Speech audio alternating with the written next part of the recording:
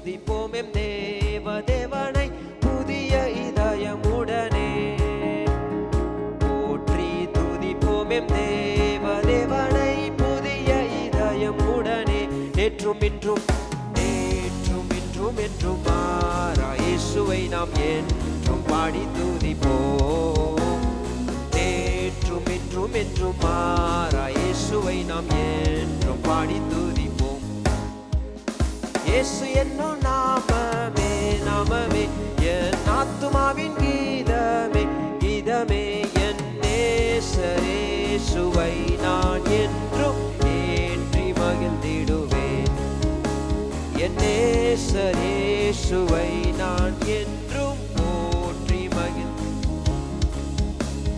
கோர பயங்கரமான புயலில் கொடிய அலையின் மத்தியில்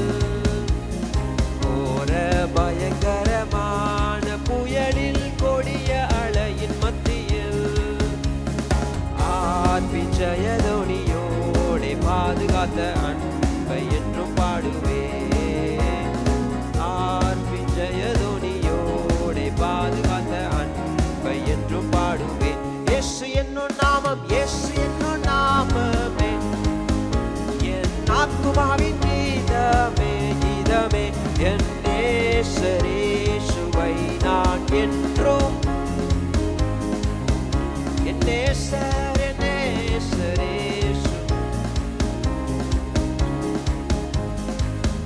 தாய் தன் பாலகனையே மறப்பினோம் நான் மறவேன் என்று சொன்னதால். தாய் தன் பாலகனையே மறப்பினோம் நான் மறவேன் என்று சொன்னதால். தாழ்த்தி என்னை அவர் கையில் தந்து ஜீவ பாதை என்றும் ஓடுவேன். தாழ்த்தி என்னை அவர் கையில் தந்து ஜீவ பாதை.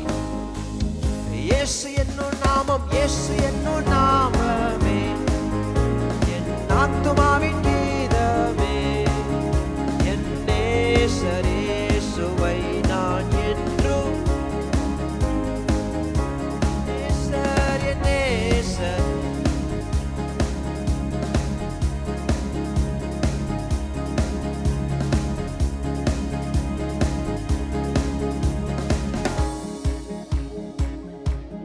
சொன்னமிழ்ந்து மாளாதே கோர பயங்கரமான புயலில் குடிய அலையின் மத்தி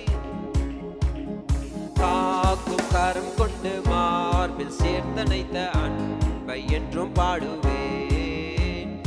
காக்கும் கரம் கொண்டு மார்பில் சேர்த்தனைத்த அன்பை என்றும் பாடுவேன். இயேசு என்னும் நாமமே என் ஆத்துமாவின் கீதமே என் நேசரேசுவை நான் என்றும் ஏற்றி மகிழ்ந்திடுவேன். என் நேசரேசுவை நான் என்றும் போற்றி மகிழ்ந்திடுவேன். என் நேசரேசுவை நான் என்றும் ஏற்றி மகிழ்ந்திடுவேன். போற்றுவோமே எம் தேவரிரை இவ்வேளையிலே நன்றியுடனே எவ்வேளையிலே நன்றியுடனே போற்றுவோமே. தூங்கன் இயேசுவே தூயா உமக்கே துதிகள் சாற்றிடுவேன். தூங்கன் இயேசுவே தூயா உமக்கே துதிகள் சாற்றிடுவேன். மங்கா புகழும் மகிழ்ந்து போற்றி மகிழ்ந்து போற்றி என்றும் துதித்திடுவேன். கங்குளர எங்குமே ஒளி மங்கிடாமலே தங்கிட வேணும். கங்குளர எங்குமே ஒளி மங்கிடாமலே தங்கிட வேண்டும். போற்றுவோமே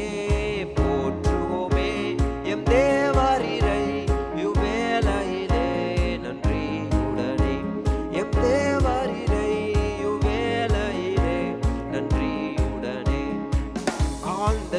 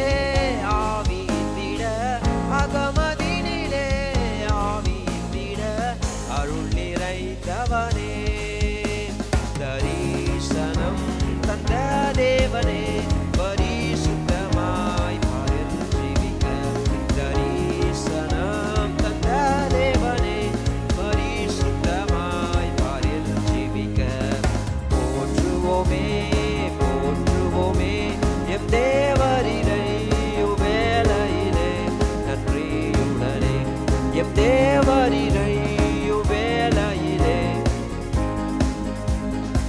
பூரணராகவே பூவில் வாழ்ந்திட கிருபை அளித்தோனே.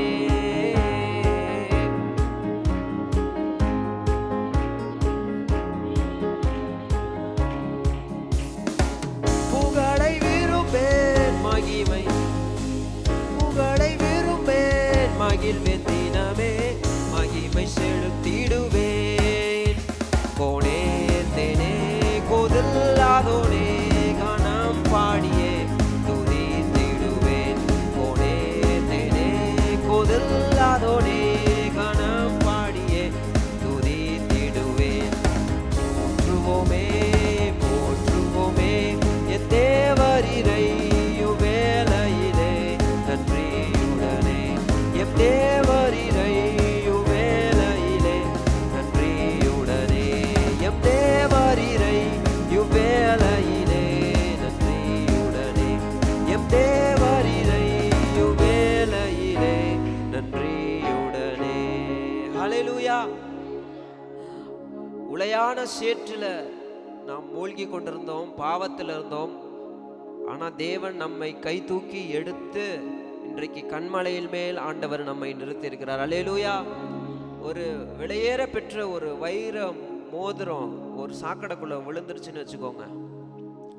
அந்த மோதிரத்துக்கு உரிமையாளராக இருக்கிறவர் அந்த சாக்கடனும் பார்க்காம தன்னுடைய கையை, தன்னுடைய கரங்களை அந்த சாக்கடையில உள்ளே விட்டு அந்த மோதிரத்தை எடுப்பார்.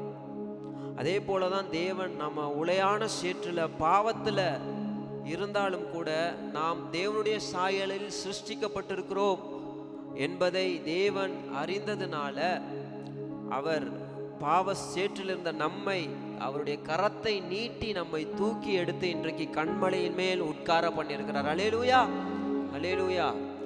பாடல்கள்ல 3 வகையான பாடல்கள் உண்டு. ஒன்று நாம கர்த்தரை பார்த்து பாடுகிற பாடல்கள் ஒன்று உண்டு. இன்னொரு வகை ஆண்டவர் நம்மை பார்த்து சொல்லுகிற வார்த்தைகளை வைத்து எழுதப்பட்ட பாடல்கள் உண்டு. இன்னொரு வகை நம்மளே நமக்காக பாடிக்கலாம், நம்முடைய பக்தி விருத்திக்காக, நம்முடைய ஞான பாட்டுகள் என்று சொல்லி இருக்கும். அடுத்த பாட போகிற பாடல் அந்த பாடல் தான். இயேசு கிறிஸ்துவின் நல் சீடராகவும் விசுவாசத்தில் முன்னடப்போம், இனி எல்லாருமே அவர் பணிக்கெனவே ஒன்றாய் எந்நாளுமே உழைத்திடுவோம். நம் இயேசு ராஜா இதோ வேகம் வரார், அதிவேகமாய் செயல்படுவோம் என்று சொல்லி நாம் இந்த வருகை குறித்ததான பாடல், சபை பக்தி விருத்திக்கு ஏதுவான பாடலை பாடி ஆண்டவருடைய நாமத்தை மகிமைப்படுத்துவோம்.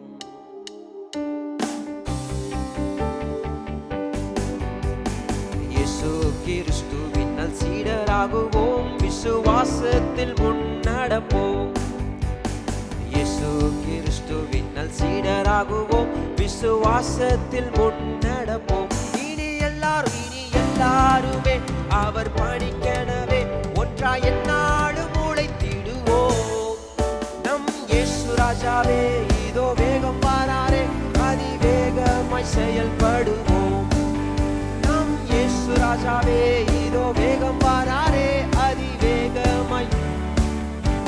மனிதர் யாரிடமும் பாசம் காட்டுவோம், இயேசு மந்தைக்குள் அழைத்திடுவோம். மனிதர் யாரிடமும் பாசம் காட்டுவோம், இயேசு மந்தைக்குள் அழைத்திடுவோம். அதி உற்சாகமாய் அதி சீக்கிரமாய் ராஜா பாதையை செவ்வையாக்குவோம்.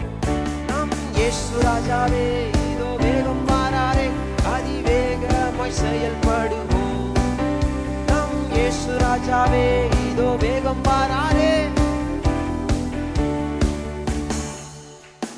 சாத்தானின் சதிகளை தகர்த்திடுவோம், இனி இயேசுவுக்காய் வாழ்ந்திடுவோம்.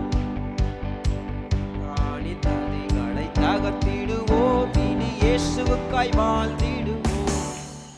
இந்த பார் முழுதும் இயேசு நாமத்தையே எல்லா ஊரிலும் எடுத்துரைப்போம். நம் இயேசு ராஜாவே இதோ வேகம் வாராரே, அதிவேகமாய் செயல்படுவோம். நம் இயேசு ராஜாவே இதோ வேகம் வாராரே, அதிவேகமாய் செயல்படுவோம். ஆவியாத்துமலே அதிகம் அவர் பணிக்கே இனி நானல்ல அவரே எல்லாம். அதிகம் அவர் பணிக்கே இனி நானல்ல அவரே எல்லாம் என முடிவு செய்தோம், அதில் நிலைத்திருப்போம், அவர் நாளினில் மகிழ்ந்திடுவோம்.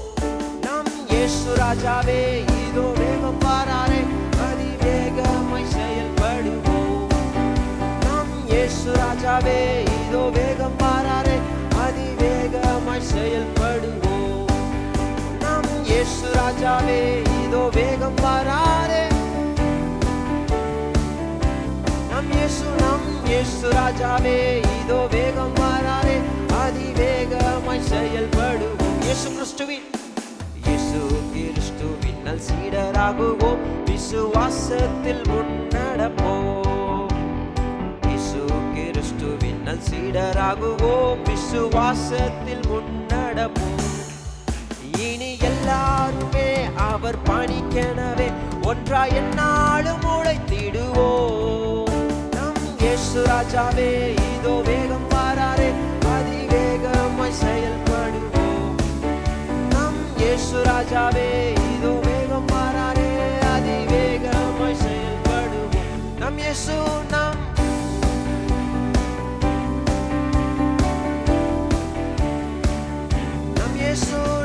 இயேசு ராஜாவே இதோ வேகம் வாராரே, அதிவேகமாய் செயல்படுவோம். ஹல்லேலூயா.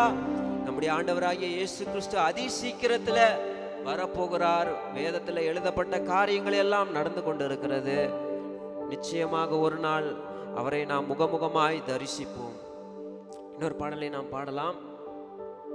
அப்பா உங்க மடியில நான் தலை சாய்க்கணும், அப்பா உங்க நினப்புல நான் உயிர் வாழணும். அந்த 12 சீஷர்கள்ல யோவான் மட்டும் இயேசுனுடைய மார்பில் தலை சாய்ந்திருந்தார் என்று சொல்லி நம்ம வேதத்தில் வாசிக்கிறோம்.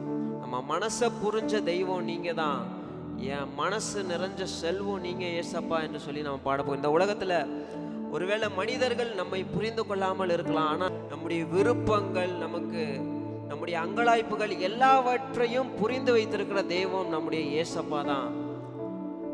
அதனால இந்த பாடலை நாம உற்சாகமாக பாடுவோம். அப்பா உங்க மடியில. ஒரு குழந்தை அப்பாவோட மடியில வீட்டுக்குள்ள உட்கார்ந்துருக்கும் பொழுது வெளியில இடி இடிச்சாலும் சரி, வெளியில மின்னல் அடிச்சு புயல் அடித்தாலும் சரி, அந்த குழந்தை பயப்படாது. ஏன்னா அதுக்கு தெரியும் நான் அப்பாவோட மடியில பாதுகாப்பா இருக்கிறேன். அதே போலதான் நம்மளும் ஆண்டவருடைய மடியில அவருடைய கரத்துக்குள்ள இருக்கும் பொழுது உலகத்துல பிரச்சனைகள் போராட்டங்கள் வந்தாலுமே கூட அவர் நம்மை பாதுகாக்கிற தேவனா இருக்கிறார். சேர்ந்து பாடுவோம். அப்பா உங்க மடியில நான் தலை சாய்க்கணும் என்று சொல்லி.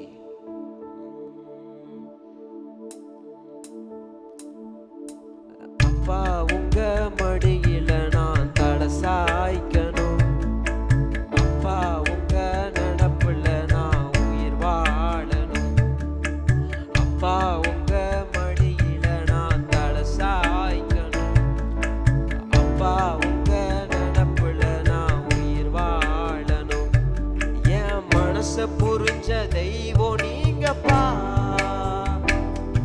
என் மனசு நிறைஞ்ச செல்வம் ஏசப்பா.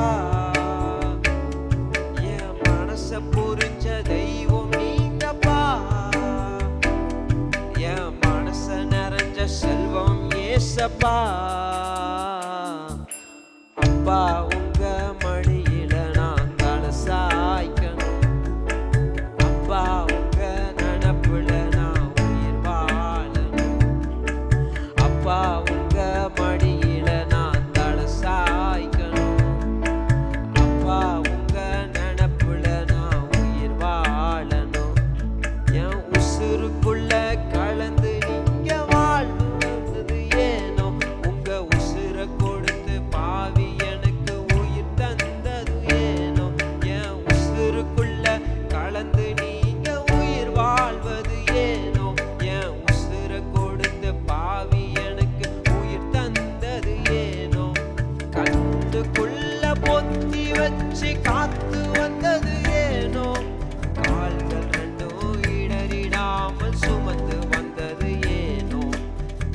கைகள் ரெண்டும் இடறிடாமல் சுமந்து வந்தது ஏனோ?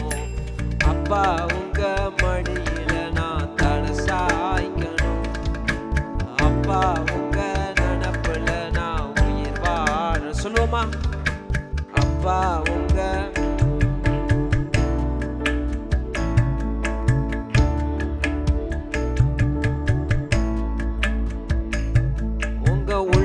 கையில் என்னை வரைஞ்சி பார்த்துக்கிட்டது ஏனோ? உங்க கைகள் ரெண்டிலும் ஆணி அடிக்க பொறுத்துக்கிட்டது ஏனோ? உங்க உள்ளங்கையில் என்னை வரைஞ்சி பார்த்துக்கிட்டது ஏனோ? உங்க கைகள் ரெண்டிலும் ஆணி அடிக்க பொறுத்துக்கிட்டது ஏனோ? தூங்காம உறங்காம காத்து கொண்டது ஏனோ? வழியெல்லாம் நிழல் போல தொடர்ந்து வந்தது ஏனோ? வழியெல்லாம் நிழல் போல தொடர்ந்து வந்தது ஏனோ? அப்பா உங்க மடியில நான் தலை சாய்க்கணும். அப்பா உங்க நினப்புல நான் உயிர் வாழணும். அப்பா உங்க மடியில நான் தலை சாய்க்கணும்.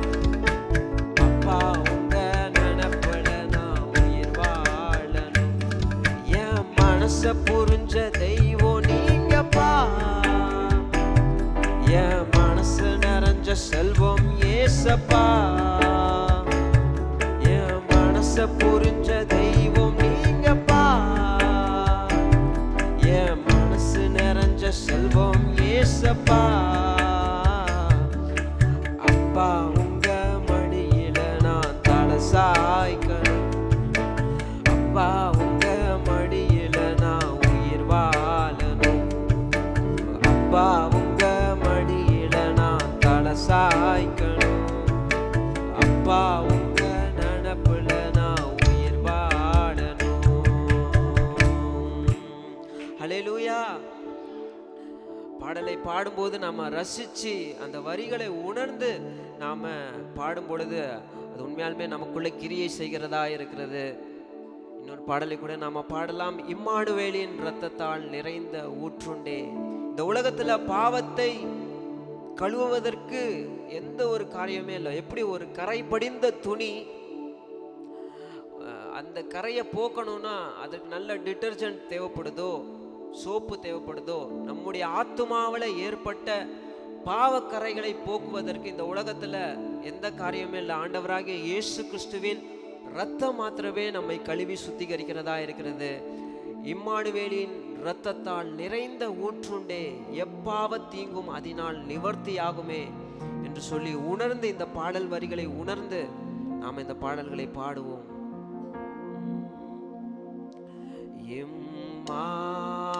இம்மானுவேலின் இரத்தத்தால் நிறைந்த ஊற்றுண்டே, எப்பாவ தீங்கும் அதனால் நிவர்த்தியாகுமே.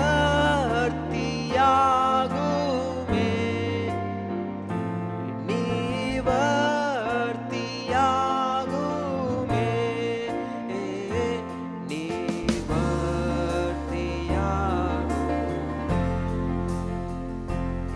எப்பாவ தீங்கும் அதனால் நிவர்த்தியாகுமே. மாபாவியான கல்லனும் அவ்வூற்றில் மூழ்கினான். மன்னிப்பு மோட்சானந்தமும் அடைந்து பூரித்தான். அடைந்து பூரித்தான்.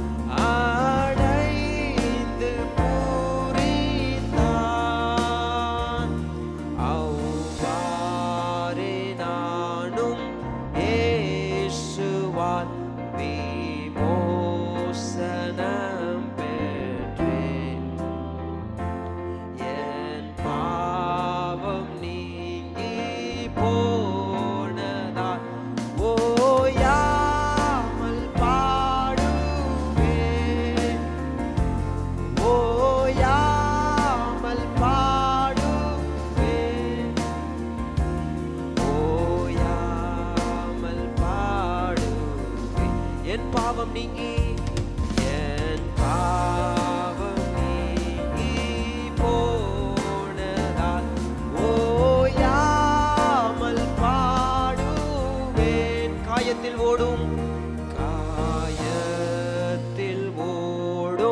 இரத்தத்தை விசுவாசத்தால்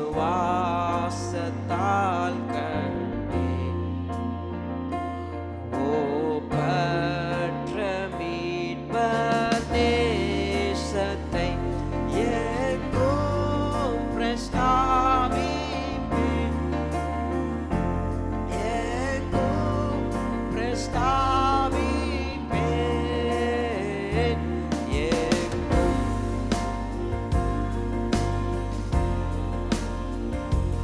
ஓ பற்ற மீட்பர் நேசத்தை எங்கும் பிரஸ்தாபிப்பேன். விண்ணில் வல்ல நாதரை நான் கண்டு பூரிப்பேன். அங்கென்னை மீட்ட நேசத்தை கொண்டாடி போற்றுவேன், கொண்டாடி போற்றுவேன், கொண்டாடி போற்றுவேன். விண்ணில் என்னை மீட்ட நேசத்தை கொண்டாடி போற்றுவேன், கொண்டாடி போற்றுவேன். ஆண்டவராகிய இயேசு கிறிஸ்து நமக்காக சிந்தப்பட்ட இரத்தம் அநேக வலி வேதனைகள் மத்தியில் அவர் இரத்தத்தை சிந்தினார். கெத்சமனே தோட்டத்துல முதலாவது இரத்த வேர்வையை சிந்தினார்.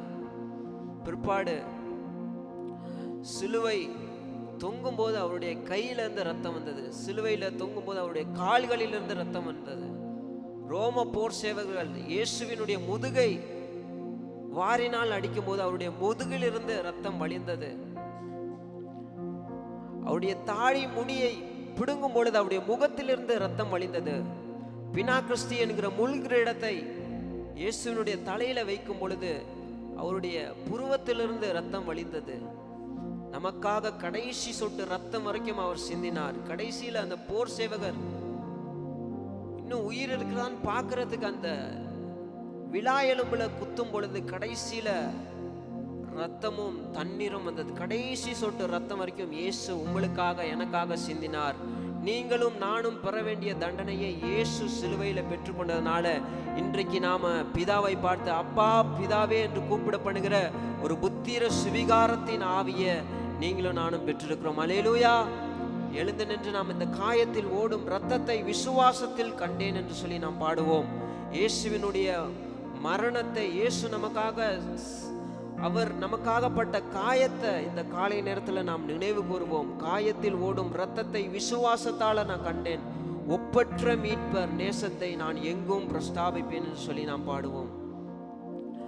காயத்தில் ஓடும் இரத்தத்தை விசுவாசத்தால் கண்டேன், ஒப்பற்ற மீட்பர் நேசத்தை எங்கும் பிரஸ்தாபிப்பேன், எங்கும் பிரஸ்தாபிப்பேன், எங்கும் பிரஸ்தாபிப்பேன். ஒப்பற்ற மீட்பர், ஒப்பற்ற மீட்பர் நேசத்தை எங்கும் பிரஸ்தாபிப்பேன், எங்கும் பிரஸ்தாபிப்பேன்.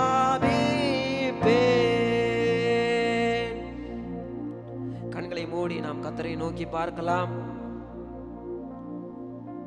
2000 வருடங்களுக்கு முன்பதாக இயேசு நமக்காக இந்த உலகத்திற்கு வந்து 33 வருடம் வாழ்ந்து உங்களுக்காக எனக்காக சிலுவையில் அடிக்கப்பட்டார், நொறுக்கப்பட்டார். உங்களுடைய மீறுதல் நிமித்தம், என்னுடைய மீறுதல் நிமித்தம் அவர் நொறுக்கப்பட்டார். நம்முடைய நோய்களை அவர் சிலுவையிலே சுமந்தார். இன்றைக்கு நீங்களும் நானும் நல்லா இருக்க வேண்டும், பாவம் நீங்கி பரிசுத்தவானாய் நீதிமானாய் வாழ வேண்டும் என்பதற்காக இயேசு கிறிஸ்து இந்த உலகத்துல வந்தார். அவர் நம்மோடு பண்ணின நித்திய உடன்படிக்கை என்று வேதத்துல நாம் வாசிக்கிறோம். இன்றைக்கு அவர் நமக்குள்ள கிரியை செய்கிறார். அவருடைய உயிர்த்தெழுதலின் வல்லமை நமக்குள்ள கிரியை செய்கிறதுனால எல்லா பாவத்தையும் ஜெயிக்க தேவன் நமக்கு பலன் தருகிறார். அவர் நற்கிரியைகளை செய்வதற்காக தேவன் நம்மை அழைத்திருக்கிறார், பரிசுத்தவானாய் மாற்றிருக்கிறார். நான் பரிசுத்தராகையால் நீங்களும் பரிசுத்தமாயிருங்கள் என்று தேவன் சொல்லியிருக்கிறார். இன்று உங்களிடத்துல என்னிடத்துல இருந்து தேவன் எதிர்பார்க்கிற காரியம் பரிசுத்தமாயிருக்கிறது. ஒருவேளை கடந்த வாரத்துல கர்த்தருக்கு பிடித்தமில்லாத காரியத்தை செய்திருப்போம் என்றால் இந்த காலை நேரத்துல, இந்த நேரத்துல நமக்கு ஒரு வாய்ப்பு. ஆண்டவரே, என்னை கழுவி சுத்திகரியும். ஆண்டவரே, உமக்கு பிடித்தமில்லாத காரியத்தை என்னுடைய வாழ்க்கையில செய்து விட்டேன், தயவாக மன்னிங்க. ஆண்டவரே ஸ்தோத்திரம், நான் மனம் திரும்புகிறேன் அப்பா. நான் செய்த தவறை மறுபடியும் செய்வது எனக்கு ஆண்டவரே விருப்பம் அல்ல. ஆண்டவரே, நீர் என்னுடைய உடலை ஆளுகை செய்யுங்க, நீர் என்னுடைய ஆவியை ஆளுகை செய்யுங்க, நீர் என் ஆத்துமாவை ஆளுகை செய்யுங்க என்று சொல்லி கர்த்தரை பார்த்து கேட்கும்போது கர்த்தர் தன்னுடைய வல்லமையை நமக்கு கொடுப்பார். பாவத்தை ஜெயிக்க நமக்கு வல்லமையை கொடுத்து ஒரு ஜெயமுள்ள வாழ்க்கையை வாழ தேவன் நமக்கு கிருபை செய்வார். இந்த காலை நேரத்தில் அவரை நோக்கி பார்ப்போமா? ஒரு விஷயாய்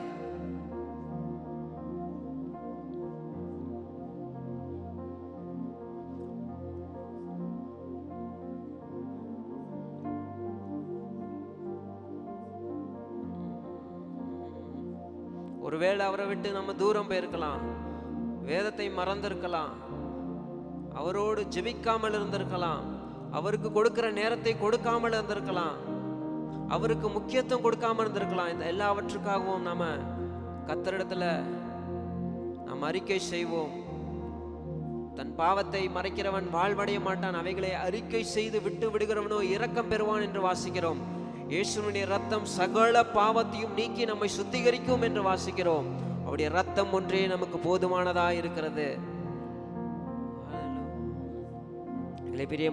அன்பின் பரலோக பிதாவே, இந்த ஆசீர்வதிக்கப்பட்ட காலை நேரத்துல ஆண்டவரே, உம்முடைய பிள்ளைகளாக ஒன்று கூடி ஆண்டவரே சிலுவை பாடுகளை தியானிக்க நினைவு கூற எங்களுக்கு கொடுத்த இந்த ஸ்லாக்கியத்திற்காக நன்றி செலுத்துகிறோம். எங்களுடைய சபையாரை உம்முடைய கருத்துல ஒப்பு கொடுக்கிறோம், அடியேனை உம்முடைய கருத்துல ஒப்பு கொடுக்கிறோம். ஆண்டவரே, உம்முடைய ரத்தத்தால கழுவி சுத்திகரிங்க. ஆண்டவரே, வருகிற நாட்கள்ல ஆண்டவரே நாங்கள் பரிசுத்தமாய் வாழ எங்களுக்கு தேவன் கிருபை தருவீராக. ஆண்டவரே ஸ்தோத்திரிக்கிறோம். ஒவ்வொருவரையும் கழுவி சுத்திகரிங்க. ஆண்டவரே ஸ்தோத்திரம். எங்களுடைய கண்களை உம்முடைய ரத்தத்தால கழுவுங்க, எங்களுடைய கைகளை உம்முடைய ரத்தத்தால கழுவுங்க, உங்களுடைய வாயை ஆண்டவரே, எங்களுடைய நாவை உம்முடைய ரத்தத்தால கழுவுங்க, எங்களுடைய செவிகளை உம்முடைய ரத்தத்தால கழுவும்படியாக நாங்கள் ஜெபிக்கிறோம் அப்பா, ஸ்தோத்திரிக்கிறோம். ஒரு ஜெயமுள்ள வாழ்க்கை வாழ எங்களுக்கு கிருபை தருவீராக. இயேசு கிறிஸ்து நாமத்தில் ஜெபிக்கிறோம் எங்கள் ஜீவனுள்ள நல்ல பிதாவே, ஆமென், ஆமென், ஹல்லேலூயா. கர்த்தர் நம் பட்சத்தில் இருக்கிறார். இன்னொரு பாடலை நாம் பாடலாம். பயமில்லையே, பயமில்லையே, பயமில்லையே. ஆண்டவர் நமக்கு எல்லாவற்றையும் செய்து முடித்ததுனால இன்றைக்கு நமக்கு பயம் இல்லை. அந்தகாரத்தை குறித்து நமக்கு பயம் இல்லை, மரணத்தை குறித்து நமக்கு பயம் இல்லை. ஏனென்றால் நம்ம மரித்தாலும் பரலோகத்தில் நம்முடைய கண்களை திறப்போம் என்கிற நம்பிக்கை நமக்கு உண்டு. ஹல்லேலூயா. அவர் நமக்கு கேடகமாக இருக்கிறார், அவர் நமக்கு மகிமையாக இருக்கிறார். நான் அஞ்சிட மாட்டேன், என்னுடைய எதிர்காலத்தை குறித்து நான் அஞ்சிட மாட்டேன், ஏனென்றால் தேவன் நீர் என்னோடு கூட இருக்கிறீர் என்று சொல்லி ஒரு அறிக்கை செய்கிற பாடலாக நாம் இந்த பாடலை பாடுவோம். பயமில்லையே, பயமில்லையே, பயமில்லையே. பயமில்லையே, பயமில்லையே, பயமில்லையே, என் கர்த்தர் ஆதரவாய் இருப்பதனால். பயமில்லையே, எதிர்கால பயமில்லையே, என் கர்த்தர் ஆதரவாய் இருப்பதனால். சொல்வோமா? பயமில்லையே, பயமில்லையே, பயமில்லையே, என் கர்த்தர் ஆதரவாய் இருப்பதனால். பயமில்லையே, எதிர்கால பயமில்லையே, என் கர்த்தர் ஆதரவாய் இருப்பதனால். கேடகம் நீர், மகிமையும் நீர், நான் பெற்ற சிறந்த கைமாறு நீர். அஞ்சிட மாட்டேன், என்னுடன் நீர் இருப்பதனால் தலை நிமிர செய்வீர். கேடகம்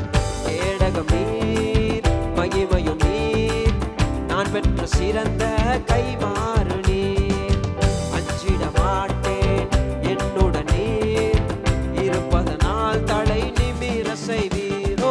பயமில்லையே பயமில்லையே பயமில்லையே என் கர்த்தர் ஆதரவாய் இருப்பதனால். சொல்லுமா, பயமில்லையே எதிர்கால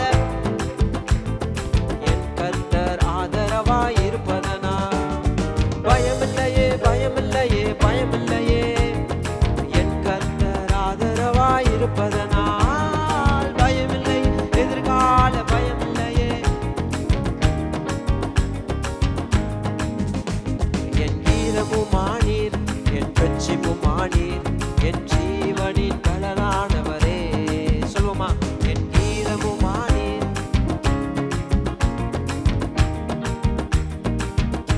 என் விளக்கை ஏற்றி இருளை வெளிச்சமாக்கி என் தடையை நிமிர செய்வீர்.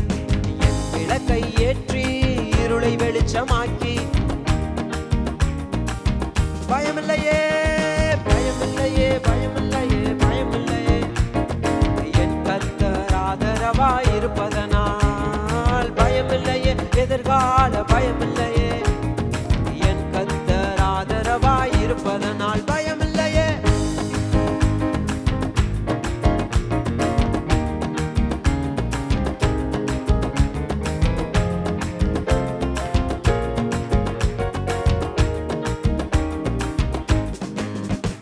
என் நல்ல மெய்ப்பனீர் என் முன் செல்கின்றீர் பசுமையாக நடத்திடுவீர். என் நல்ல மெய்ப்பனீர் என் முன் செல்கின்றீர் பசுமையாக நடத்திடுவீர். எதிரிகளின் முன்னே நிரம்பி வழிய செய்து என் தடையை நிமிர செய்வீர்.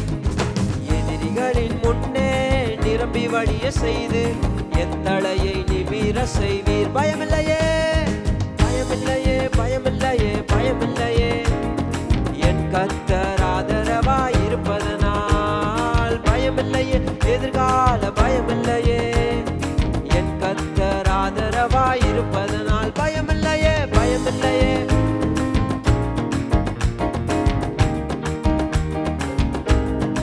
ஓஹோ, பயமில்லையே எதிர்கால பயமில்லையே என் கர்த்தர் ஆதரவாய் இருப்பதனால்.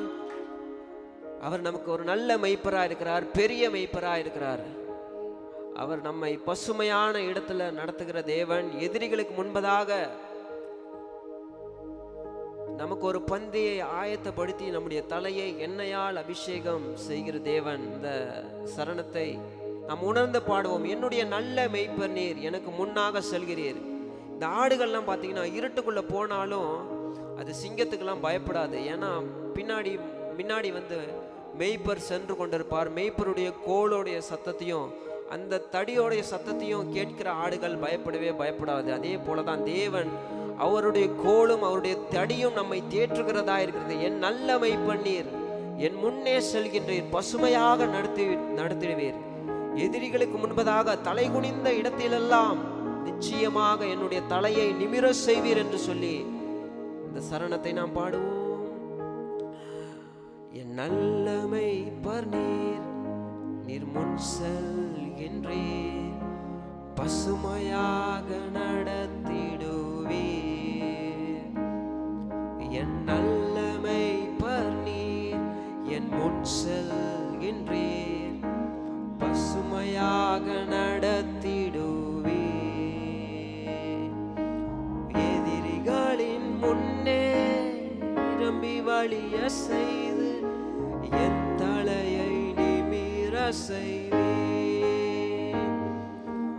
எதிரிகளின் முன்னே நிரம்பி வழிய செய்து என் தலையை நிமிர செய்வீர். பயமில்லையே பயமில்லையே பயமில்லையே பயமில்லையே என் கர்த்தர் ஆதரவாயிருப்பதனா.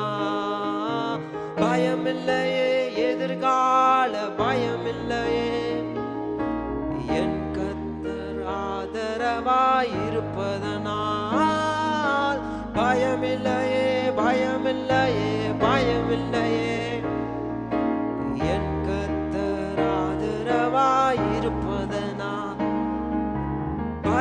பயமில்லையே, எதிர்கால பயமில்லையே, என் கர்த்தர் ஆதரவாய் இருப்பதனால். கேடகம் நீர், கேடகம் நீர், மகிமையும் நீர், நான் பெற்ற சிறந்த கைமாறு நீர். அஞ்சிட மாட்டேன், என்னுடன் நீர் இருப்பதனால் தலை நிமிர செய்வீர். சொல்லுவோமா? கேடகம், கேடகம் நீர், மகிமையும் நீர், நான் பெற்ற சிறந்த கைமாறு நீர். அஞ்சிட மாட்டேன், அஞ்சிட மாட்டேன், என்னுடன் நீர் இருப்பதனால் தலை நிமிர செய்வீரோ. பயமில்லையே, பயமில்லையே, பயமில்லையே, என் கர்த்தர் ஆதரவாய் இருப்பதனால். பயமில்லையே, எதிர்கால பயமில்லையே, என் கர்த்தர் ஆதரவாய் இருப்பதனால். ஜீவகாலம் எல்லாம் மரண பயத்தில் இருந்த நம்மை இயேசு கிறிஸ்து விடுவித்திருக்கிறார். அவருடைய சித்தம் இல்லாமல் தலையிலிருந்து ஒரு முடி கூட விழாது என்று சொல்லி நாம் வேதத்தில் வாசிக்கிறோம். அதனால எந்த பயமும் நமக்கு தேவையில்லை, எதிர்காலத்தை குறித்த பயம் தேவையில்லை. அவருடைய சித்தம் மாத்திரமே நடக்கும். நாட்டில் என்ன பிரச்சனைகள், போராட்டங்கள், யார் ஆட்சிக்கு வந்தாலும் சரி, அவருடைய சித்தம் மாத்திரமே நிலை தோங்கும். கண்களை மூடி நாம் கர்த்தரை நோக்கி பார்ப்போம். எங்களை பிரியமாய் நேசிக்கிற அன்பின் பரலோக பிதாவே, இந்த ஆசீர்வதிக்கப்பட்ட உயிர்த்தெழுந்த நாளில் அப்பா எங்களை ஒன்று கூட செய்து உம்முடைய நாமத்தை பாட போற்ற கிருபை தந்தீர். அதற்காக நன்றி செலுத்துகிறோம். எங்களுடைய வாழ்க்கையில எந்த சூழ்நிலைகள் வந்தாலும் ஆண்டவரே நாங்கள் பயப்படாது, ஆண்டவரே நீர் எங்களுக்கு நங்கூரமாக இருப்பதனால, நீர் எங்களுடைய படகுல இருப்பதனால எல்லாவற்றுக்கும் நாங்கள் நன்றி செலுத்தி ஆண்டவரே ஸ்தோத்திரத்தோடு ஜபத்தை ஏறெடுத்து ஆண்டவருடைய வாக்கு தத்தத்தை பிடித்து கொண்டு ஆண்டவரே இந்த உலகத்தில் சுடர்களை போல பிரகாசிக்க நீர் செய்வீர் என்று நாங்கள் விசுவாசிக்கிறோம். அப்பா ஆண்டவரே, நாங்கள் இம்மட்டும் ஏறெடுத்த துதி ஸ்தோத்திர ஆராதனையை நீர் அங்கீகரிங்க. இப்பொழுது நாங்கள் ஏறெடுக்க போகிற ஜபத்திற்கு நீங்கள் ஏற்ற நேரத்தில் பதில் தருவீர் என்று நாங்கள் விசுவாசிக்கிறோம். அதினதின் காலத்திலே நேர்த்தியாய் செய்திருக்கிறார் என்று நாங்கள் வாசிக்கிறோம். இனிமேலும் நீர் அதினதின் காலத்திலே நேர்த்தியாக செய்வீர் என்று நாங்கள் விசுவாசிக்கிறோம். அப்பா ஸ்தோத்தரிக்கிறோம், நன்றி செலுத்துகிறோம். நீர் கொடுத்த எல்லா ஆசீர்வாதத்திற்காக நன்றி செலுத்துகிறோம். அதற்கு நாங்கள் எவ்வளவு வேணும் பாத்திரம் அல்ல, இருந்தாலும் எங்களுக்கு நீர் கிருபையாய் கொடுத்திருக்கிறீர். அதற்காக நன்றி செலுத்துகிறோம். இயேசு கிறிஸ்து நாமத்தில் ஜெபிக்கிறோம் எங்கள் ஜீவனுள்ள நல்ல பிதாவே, ஆமென். இன்றைக்கு நம்ம மத்தியில மூத்த ஊழியராக இருக்கிற பாஸ்டர் இன்பராஜ் ஐயா வந்திருக்கிறது நம்ம எல்லாருக்குமே மிகுந்த சந்தோஷம். வயதில் மிகவும் பெரியவர், முதியவர், அனுபவமிக்கவர். அநேகருக்கு தெரியும், தெரியாதவர்களுக்காக சொல்லுகிறேன். காஜாமலை பகுதியில் IPS சபையின் மூத்த போதகராக இருக்கிறார். பாஸ்டர் பற்றி சொல்லணுன்னா, நம்முடைய பாஸ்டர், நம்முடைய அப்பா, என்னுடைய அப்பா வந்து காஜாமலை அந்த சபையில் இருக்கும் பொழுது தான் ஊழியத்திற்கு ஒப்பு கொடுக்கப்பட்டார்கள். அந்த சபையிலே உருவாக்கப்பட்டு முதல்ல சண்டே கிளாஸ் ஊழியம், அதுக்கப்புறம் வாலிபர் ஊழியம், பணிவிடை ஊழியம் எல்லாவற்றையும் செய்து அங்கே தான் உருவாக்கப்பட்டு பிற்பாடு டோல்கேட்டுக்கு வந்தார்கள். அப்போது தான் காஜாமலைக்கு போகும்போது தான் நான் பிறந்தேன். அதனால் எனக்கு பெயர் வைத்ததும் எனக்கு பிரதிஷ்டை செய்ததும் ஐயா அவர்கள்தான். எனக்கு பிரதிஷ்டை பெயர் வைத்தது மாத்திரமல்ல, எனக்கு ஞானஸ்தானம் கொடுத்ததும் அவர்தான். மிகவும் வயதில் மிகவும் பெரியவர். இந்த திருச்சி பட்டணத்தில் இருக்கிற மூத்த ஊழியர்களில் ஒரு சிலர் தான் இருக்கிறாங்க. அதில் நம்முடைய இன்பராஜ் ஐயா நம்ம மத்தியில் இருப்பது நமக்கு மிகுந்த சந்தோஷமாக இருக்கிறது. அவர் கண்டிப்பானவர், அதே நேரத்தில் அன்பானவரும் கூட. அதிகமாக ஜெபிக்கிறவர், என்னை அதிகமாக ஜெபிக்க ஊக்குவித்தவர். இன்றைக்கு நமக்கு நம்முடைய போதகர் இல்லாததுனால அவருடைய மூத்த போதகர், அவருடைய மென்டராக இருக்கிற அவர் வந்து நம்ம மத்தியில் வார்த்தையை கொடுத்து நமக்கு திருவிருந்து கொடுக்க போகிற பாஸ்டரை கரம் தட்டி உற்சாகத்தோடு நாம் வரவேற்போம்.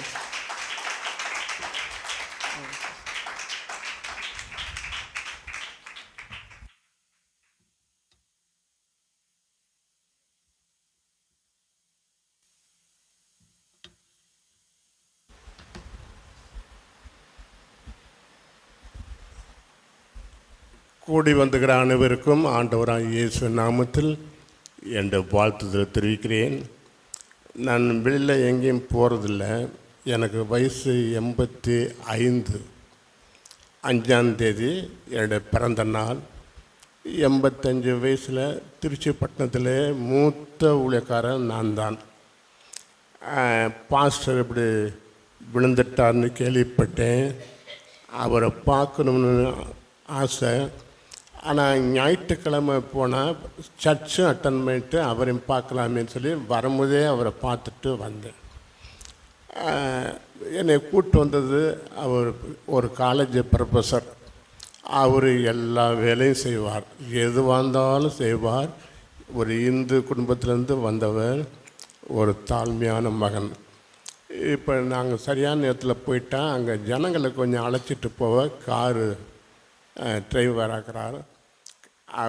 எங்களுடைய காரு டிரைவர் நின்றுட்டார். அதனால் எங்களுக்கு கார் ஓட்ட ஆள் இல்லை. இவர் தான் எப்போ வந்தாலும் எனக்கு உதவி செய்வார். சரி, பாஸ்டர் பார்க்கணுமேன்னு சொல்லி தான் பாஸ்டர் தான் வந்தேன். நான் வெளியில் எங்கேயும் போகிறதில்ல. ஏன்னா மறதி, கொஞ்சம் தடுமாற்றம் எல்லாம் இருக்கிறதுனால நான் வெளியில் போகிறதில்ல. ஆனால் இது ஒரு முக்கியமான காரியமாக்கிறதுனால நான் இங்கே வந்தேன். எங்கள் அப்பா ஒரு பாஸ்டர் ஞானமுத்து 1932 ஊழியம் ஆரம்பித்தார். அவர் மலையாள சைடு உள்ளவர். வாலிபனாய் வீட்டை விட்டு துரத்தப்பட்டு வாத்தியார் வேலையும் போய் தமிழ்நாட்டுக்கு கர்த்தருடைய ஊழியத்தை 32 ஆரம்பித்தார். அவருடைய மகன் 5 பையன்களில் என்னை கர்த்தர் அழைச்சார். நான் சிஓ ஆஃபீஸில் ஒர்க் பண்ணிகிட்டு இருந்தேன். கர்த்தரோட அழைப்பு வந்த பிறகு வேலையை ராஜினாமா பண்ணிவிட்டு இந்த ஊழியத்துக்கு வந்தேன். நான் ஊழியத்துக்கு வரும்போது நான், என் மனைவி, 2 பிள்ளைகளும் தான் அப்போ இருந்தார்கள். 41 வருஷத்தில் கர்த்தர் அதில் ஒரு பெரிய சர்ச்சை கர்த்தர் கொடுத்தார். இப்படி அது மகன் ஞானமுத்து பாஸ்டர், அவருடைய மகன் இன்பராஜ், என்னுடைய மகன் கிங்ஸ்லி ஜான். அப்படி கிங்ஸ்லியுடைய மகன் மேத்யூ கேரளத்தில் படிக்கிறான். இப்படி 4 தலைமுறையாய் நாங்கள் ஊழியம் செய்கிறோம். ஆனால் இந்து குடும்பத்தில் இருந்து வந்தவர்கள். கர்த்தருடைய கிருபையினால் இம்மட்டும் என்னை உயர்த்தி ஆசீர்வதித்து வைக்கிறார். டெல்லியில் உள்ள சின்ன மகன் இங்கேருந்து போகும்போது கட்டின துணியோடு தான் போனான். கல்யாணம் ஆகி 4ஆம் நாள் கட்டின துணியோடு பீகாருக்கு போனாப்புல. நாங்கள் எவ்வளோ சொன்னோம், கேட்கல. என்னுடைய அழைப்பு மிஷினரி ஊழியம் தான் சொல்லி நாப்புல. அப்புறம் டெல்லியில் ஒரு பாஸ்டர், நீ டெல்லிக்கு வந்துரு, பீகாரில் ஒன்றும் பிரயோஜனம் இல்லை சொல்லி அங்கே அழைச்சால். இப்போ அவருடைய ஊழியம் நன்றாக இருக்குது. 95,000 ரூபா வாடகை தர்றார் சர்ச்சுக்கு. மாதம் 95,000 ரூபா. அதெல்லாமல் வீட்டு வாடகை.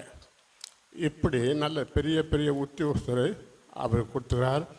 அவர் கர்த்தரால் உயர்த்தப்பட்டிருக்கிறார். உதாரணத்துக்கு நான் சொல்கிறேன், அவர் 2-3 பேரோடு பேசி கொண்டிருக்கிறார். என் காரு 10ல் கீபோர்டு ஸ்பீக்கர்லாம் வச்சு ஊழியத்துக்கு போகும்போது இடைஞ்சலாக இருக்குது. ஒரு பெரிய கார் வாங்கலான்னு சொல்ல ஒன்று, ஒரு இன்ஜினியரு என் காரை தர்றேன், அது 18 லட்சம் ரூபா காரை கொடுத்தார். அதுக்கு BMW காரு எனக்கு இருக்குது, போதும், இதை வச்சுக்கங்கன்னு சொல்லி இலவசமாக கொடுத்தார். உடனே என் பையன் அவருடைய காரை எனக்கு அனுப்பிச்சி வச்சுட்டார். இங்கே நிற்கிது. இப்படியாய் கட்டணத்தையோடு போனாப்புல நான் என் மனைவி அழுது கொண்டிருந்தோம். பீகாருக்கு போகிறான்னு எப்படியோன்னு சொல்லி. ஆனால் தேவன் வெட்கப்படுத்தவில்லை, நல்லா உயர்த்திட்டார். இங்கே உங்களை பார்க்கும்போது எல்லாம் புதுசாக தான் இருக்குது. 2 ஒருத்தர் தான் எனக்கு தெரியுது, எல்லாம் புதுசாக இருக்குது. தம்பி நல்லா அருமையாக சூப்பராக நடத்தினார். நான் பார்த்ததில்லை, இந்த சின்ன பையன் எப்படியோன்னு நினச்சேன். ஆனால் அழகாய் நடத்தினார். இன்னும் அப்படி கர்த்தர் உயர்த்துவார். என் பையன் கிங்ஸ்லி ஆரம்பத்தில் வெட்கப்படுவான். செய்தி ஞாயிற்றுமை கொடுனவுன்னா அடடன்னு ஓடி ஒளிவான். ஆனால் இப்போ பல ஊர்களில் அழைப்பு வருது, போயிட்டுருக்கிறான். திருச்சியிலே நல்ல ஒரு கெட்டிக்கார ஒரு பாடகராக இருக்கிறார். நாங்கள் இப்படி இந்த குடும்பத்திலேருந்து தான் வந்தோம். ஆனால் உங்களை எல்லாரும் பார்க்குறது எனக்கு பெரிய சந்தோஷம். உங்கள் பாஸ்டர் எங்களுடைய சபையில் தான் வளர்ந்தார். அவரை பார்த்துட்டு நான் வந்தேன். அவர் சீக்கிரம் சுகம் பெற்று வந்துடுவார். இன்றைக்கி பார்க்க வேண்டிய வேத பகுதி யோவான் 13:34. யோவான் 13:34. நான் உங்களிடத்தில் அன்பாய் இருக்கிறது போல நீங்களும் ஒருவருக்கொருவர் அன்பாய் இருங்க. 13:34. நான் உங்களிடத்தில் அன்பாய் இருக்கிறது போல நீங்களும் ஒருவருக்கொருவர் அன்பாய் இருங்க. இந்த வார்த்தையை பார்க்கும்போது அவர் நம்ம மேலே அன்பாக இருக்கிறதுக்கு என்ன இது? நம்ம என்ன பாவிகள், சத்துருக்கள், துரோகிகள், தேவனற்றவர்கள், கேடுக்கட்ட மனுஷன் ஜென்மம். இவங்ககிட்ட போய் அவர் அன்பாக இருக்கிறது போல் நீங்களும் ஒருவருக்கொருவர் அன்பாக இருங்கங்கிற வார்த்தை எவ்வளோ ஒரு ஆச்சரியமாக இருக்குது. இதுலேருந்து பார்க்கும்போது அவருடைய அன்பின் உச்சக்கட்டத்தை நான் காண்றோம். அவர் நம்மகிட்ட அன்பாக இருக்க வேண்டிய அவசியமே இல்லை. அதனால் பிதாவாகிய தேவனோடும் குமாரனாகிய இயேசுவோடும் பரிசுத்தாவியானவரோடும் விசுவாசிகள் எல்லோரோடும் நல்ல ஒரு அன்பு இருக்கிற இது ஒரு மகிமையான ஒரு வாழ்க்கை. அது ஒரு மகிமையான வாழ்க்கை. இந்துக்கெல்லாம் கோயிலுக்கு போகிறேன்னு சொல்கிறாங்க. ஆர்சி கிறிஸ்தவங்கள் பூஜைக்கு போகிறேங்கிறாங்க. ஆனால் பைபிளில் பூசன்னு இல்லை, கோயிலுக்கு போகணுன்னு இல்லை. பைபிள் என்ன இருக்குது? ஆராதனை. அப்படி தான் எழுதப்பட்டிருக்குது. சபை கூடி வருதல் ஆராதனை. கோயிலுக்கு போகிறதுக்கும் சபை கூடி வருதலுக்கும் வித்தியாசம் உண்டு. கோயிலுக்கு போகிறப்ப அங்கே நேராக போவான், சைக்கிளை நிறுத்துவான், அதை பார்ப்பான், அப்படி எடுத்து இப்படி பூசிக்கிட்டு சைக்கிள் ஏறி வாயில் பிடியை வச்சுக்கிட்டு போயிருப்பான். மாதா காரணப்படி முதல் பூசை 2ஆம் பூசைன்னு போய் அச்சிஷ்ட மரியாதை எங்களுக்காக வேண்டிக்கொள்ளுன்னு சொல்லி பரமண்டல ஜபத்தை சொல்லிட்டு உடனே போயிடுவான். அதெல்லாம் பூஜை, கோயில். ஆனால் நமக்கு பூசன்னு இல்லை, கோயில்னு இல்லை, ஆராதனை. ஆராதனைன்னா நல்லா ஜனங்கள் நல்லா கூடியிருப்பார்கள், நல்ல கைத்தட்டி நல்லா பாடி, அப்படி பிரசங்கம் கேட்டு, அப்புறம் சாட்சி சொல்லி, அப்புறம் ஆசீர்வாதம் பெற்று ஒரு 12 மணி போல் 2-3 மணி நேரம் இருந்துட்டு அதுக்கப்புறம் ஒருவருக்கு வாழ்த்தி ஸ்தோத்திரம் பண்ணி, எப்படி சுகமாக்குறீங்களா, நல்லா இருக்குங்க, பிள்ளைங்க நல்லா இருக்குதா, பையன் பாஸ் ஆகிட்டானா, இப்படி எல்லாம் நல்லா ஒரு குடும்பம் மாதிரி பரலோகத்துக்கும் பூலோகத்துக்கும் முழு குடும்பத்துக்கும் நாமக்காரர். அதனால் இங்கே ஒரு குடும்பம் இருக்குது, அங்கேயும் ஒரு குடும்பம் இருக்குது. அவர் நம்முடைய தகப்பன். ஏன்னா ஜெபம் பண்ணும்போது ஆண்டவர் என்ன சொன்னார்? பரலோகத்தில் இருக்கிற எங்கள் பிதாவே, பரலோகத்தில் எங்கள் பிதாவே. அப்போ அவர் ஒரு நல்ல ஒரு தகப்பனாக இருக்கார், ஒரு ஒப்பற்ற ஒரு தகப்பன். அவரை போல் ஒரு நல்ல தகப்பன் உலகத்தில் கிடைக்காது. அப்படிப்பட்ட ஒரு நல்ல ஒரு தகப்பனாக அவர் இருக்கிறார். அதனால் ஆராதனை கோயிலுங்கிறதுக்கு வித்தியாசம். அது 5 நிமிஷத்தில் முடிச்சுட்டு போயிடுவான், போகும்போது தண்ணி அடிச்சுட்டு போவான். ஆனால் ஆராதனை அப்படி அல்ல. நம்ம கூடி பாடி ஜெபம் பண்ணி ஸ்தோத்தரித்து ஆர்ப்பரித்து ஒரு கை குலுக்கி ஒருவருடைய சுகத்தை ஒருத்தர் கேட்டு விசாரித்து அப்படி அன்பாய் நம்ம போகிறது தான் அது ஆராதனை. அதனால் நான் உங்களிடத்தில் அன்பாய் இருக்கிறது போல நீங்களும் ஒருவருக்கு அன்பாயிருங்க. இந்த மகிமையான வாழ்க்கையை விட்டு விட்டு பல காரியங்களை நாடி சென்று கொண்டிருக்கிறதுனால தான் மனசோர்வு, ஏமாற்றம், அவசரத்தில் போய் சீக்கிரத்தில் நிதானம் இழந்து கோவப்படுறது. இப்படிப்பட்ட வீழ்ச்சிக்கு என்ன காரணம்னா நான் அன்பில்லாதவளாக இருக்கிறதுனால தான். இல்லையா? அதனால் நான் உங்களுக்கு அன்பாக இருக்கிறது போல நீங்களும் ஒருவருக்கு ஒரு அன்பாக இருங்கன்னு சொல்லி வேதம் எழுது.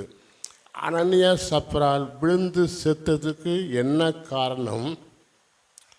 பொய் சொன்னார்கள், பணம் தாராளமாக தரலன்ட்டு அல்ல, அந்த மாயமாலம். அந்த மாயமாலம் இல்லை, உள்ள ஒன்று வெளியில் ஒன்று, இதான் மாயமாலம். இது கர்த்தருக்கு கொஞ்சமும் பிடிக்காது. ஆயக்கார பாவிகள் மேலே மனதுருகினார். ஆனால் பரிசேயர் சதுசேயர் மேலே எரிஞ்சு விழுந்தார். ஐயோ ஐயோ, மாயக்காரே, உள்ளுக்குள்ள ஒன்று வெளியில் ஒன்று, அது நடிப்பு இப்படி மாயக்காரேன்னு சொன்னார். ஆனால் அனனியா சப்ரா விழுந்து செத்தது காணிக்க நிறையா தராதுன்ட்டான அல்ல, என்ன ஒரு மாயமாலமான ஒரு காரியம். அந்த இடத்த விற்றாங்க. விற்று ஒரு பணத்தை அவர் கொடுக்கறது அவங்க இஷ்டம்தான். ஆனால் இவ்வளோ தான் விற்றீங்களான்னு ஒன்று இல்லைங்கய்யா, 2 லட்சத்துக்கு விற்றோம், 1 லட்சம் கொண்டு வந்துக்கிறேன்னு சொல்லிட்டா ஒன்றும் இல்லை. ஆமான்னு அங்கே வந்து ஒரு நடிச்சிட்டாங்க, அவ்வளோ நடித்தான். அதனால தான் விழுந்து செத்தார்கள். மாயமாலத்தை கர்த்தர் வைக்கிறார். இல்லை, ஆதியாகமம் 2:18 மனுஷன் தனிமையாக இருப்பது நல்லது அல்ல, ஏற்ற துணையை உண்டாக்குவேன்னு சொல்லி ஆண்டவர் சொன்னார். அப்போ மனுஷன் தனிமையாக இருக்குது நல்லது அல்ல, அவனுக்கு ஒரு ஏற்ற துணை, ஒரு ஐக்கியத்தை தான் ஆண்டவர் விரும்புகிறார். ஐக்கியம் என்றால் எல்லாம் ஒரு இடத்துல கூடியிருந்தால் அது ஐக்கியம்னு சொல்ல முடியாது. எல்லாம் ஒன்றா கூடியிருப்பார்கள். ஆனால் அவங்களுக்குள்ள நான் பெரியவன் நீ பெரியவன், ஜாதி வித்தியாசம், அவன் படித்தவன் படிக்காதவன், கருப்பாக இருக்கிறான் சிவப்பாக இருக்கிறான், பெரிய ஊற்றியம் கீழே ஊற்றியம், இப்படிலாம் இருதயத்தில் இருக்குது. ஆனால் ஒன்றா கூடியிருப்பார்கள். அதனால் ஒன்றா கூடனா அது ஐக்கியம்னு சொல்ல முடியாது. அவங்களுக்குள்ள ஏகப்பட்ட பிரிவினையெல்லாம் இருக்கும். ஆனால் சில இடங்களில் அவங்கள பார்த்தே இருக்க மாட்டாங்க. லெட்ரு கரஸ்பாண்டன்ட்டு நெட்வொர்க்கில் என்ன ஃபோனில் பேசியிருப்பாங்க, பார்த்தே இருக்க மாட்டாங்க. ஆனால் அவ்வளோ ஒரு ஐக்கியமாக இருப்பாங்க அந்த கடித பதில். அதனால் அது கண்ணுக்கு புலப்படாத ஒரு தொடர்பு. மனம்தான் ஐக்கியத்தின் உயிர் நாடி. நாம் பெற்ற பிள்ளைகள் ஒருவருக்கு ஒரு சண்டை போட்டுக்கிட்டு வம்பெடுத்துக்கிட்டு இருந்தால் தகப்பனுக்கு எவ்வளவு அது ஒரு வேதனையாக இருக்கும். ஏதாச்சும் ஒரு கல் இல்லையாப்பா, எப்படி ஒரு இது கண்ணாடி இது வச்சுக்கோங்க. பிள்ளைகள் ஒன்று அடிச்சுக்கிட்டு சண்டை போட்டுருந்தால் தகப்பனுக்கு எவ்வளவு வேதனையாக இருக்கும். இந்த பிள்ளைகளை இப்படி தான் எனக்கு கவலை, ஒன்றுக்கு ஒன்று ஒரு ஒற்றுமையே இல்லை. அப்படியே மாதிரி தான் நம்முடைய தகப்பனும் நம்ம ஒருவருக்கு ஒருவர் ஐக்கியம் இல்லாமல் இருப்போமானால் அவருக்கு அது வேதனையை உண்டாக்குவதாக காரியமாக இருக்கும். அதனால் ஒரு ஐக்கியம், நான் உங்களுக்கு அன்பாக இருக்கிறது போல் நீங்களும் ஒருவருக்கு ஒரு அன்பாக இருங்க. அது கண்ணுக்கு புலப்படாத ஒரு தொடர்பு, அதான் ஐக்கியமாக இருக்குது. இல்லை,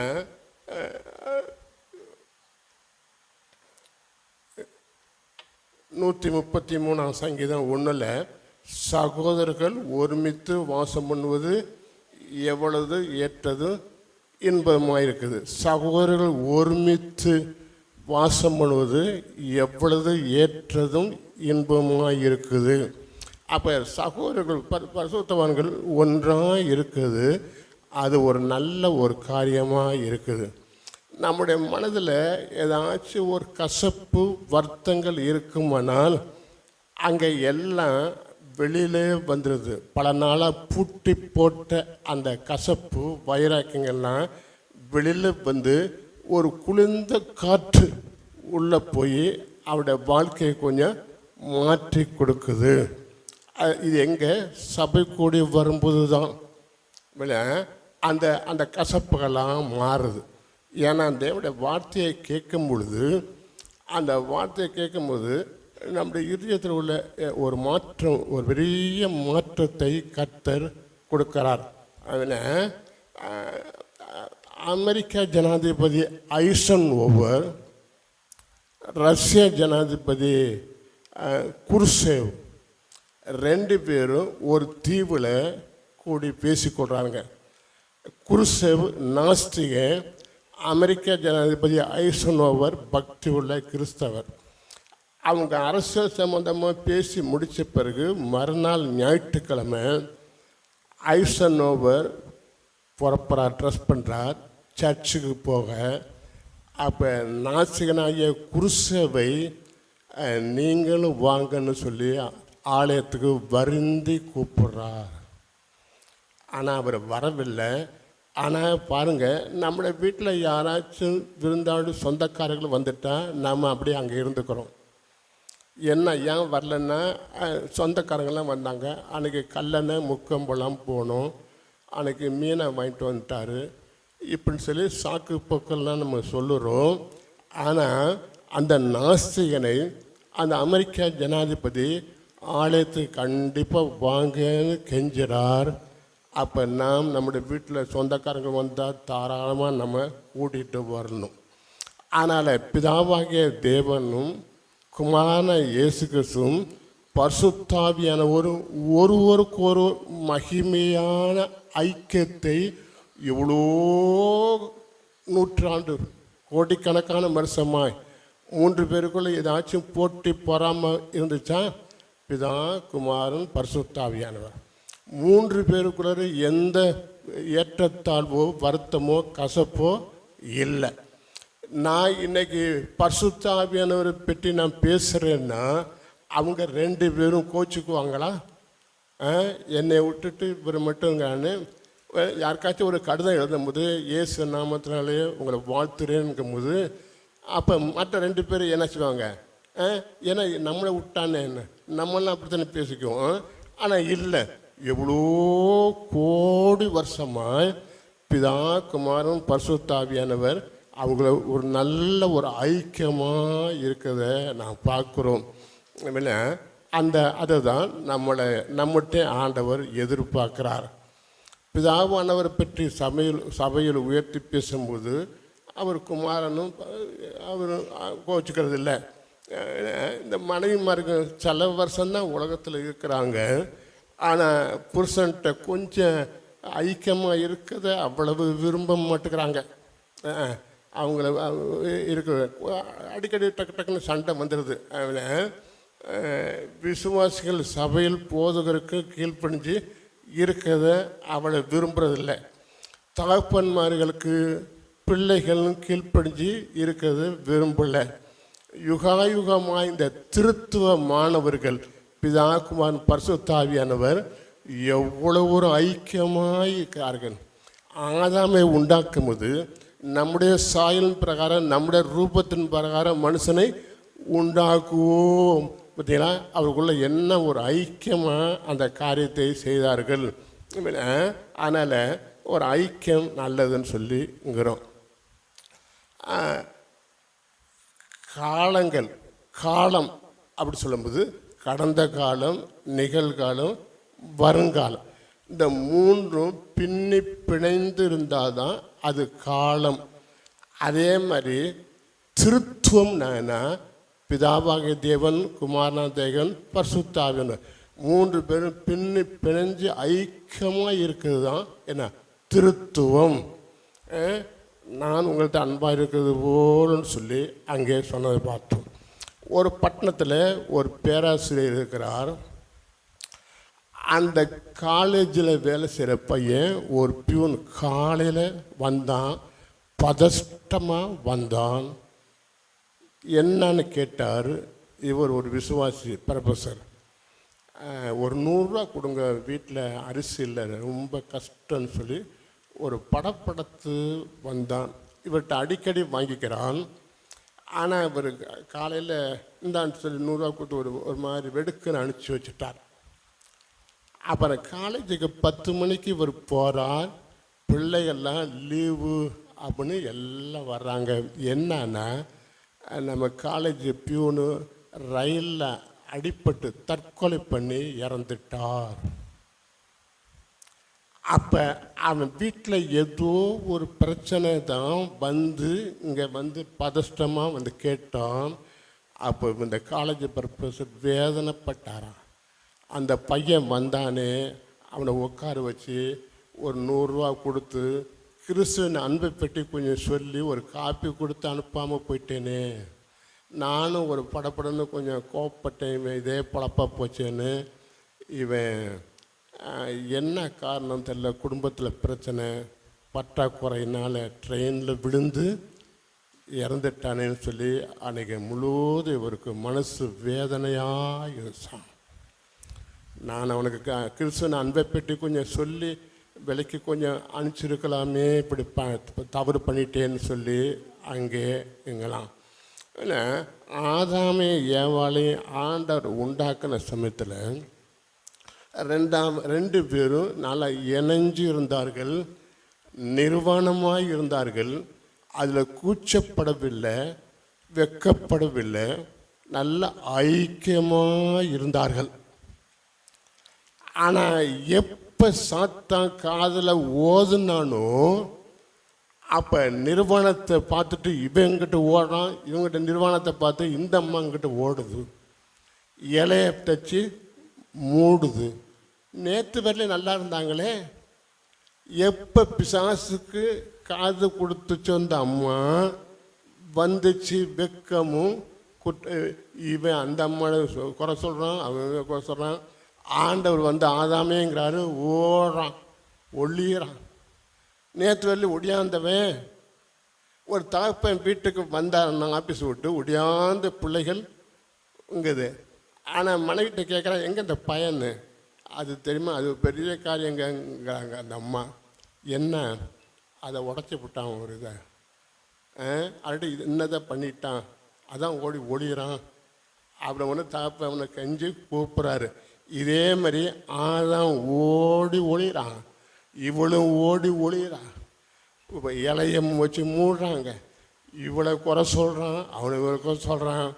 நேற்று வரை நல்லா ஐக்கியமாக இருந்தாங்க, வெக்கத்தை பற்றி சரிப்படி கவலைப்படவே இல்லை. ஏன் இந்த வெக்கம் இப்போ வந்துச்சு? யார் ஒளிஞ்சிட்டு இருந்து பார்க்குறா இந்த பொண்ணந்தான், இந்த பையனை யார் ஒளிஞ்சிட்டு இருந்து பார்க்குறா?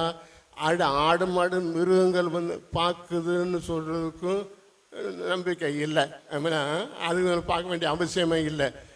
எப்போ பிசாசுக்கு இடம் கொடுத்தாலோ வந்துச்சு பிரச்சனை, கசப்பு, ஒருத்தர் வேஸ்ட் திண்டிக்கிறது, சட்டம் போடுறது, ஒருத்தர் குறை சொல்கிறது, கர்த்தர்ட்டையும் வர்றதில்லை, ஓடுறது ஒளிறது எல்லாம் என்ன, பிசாசுக்கு இடம் கொடுத்ததுனால தான்.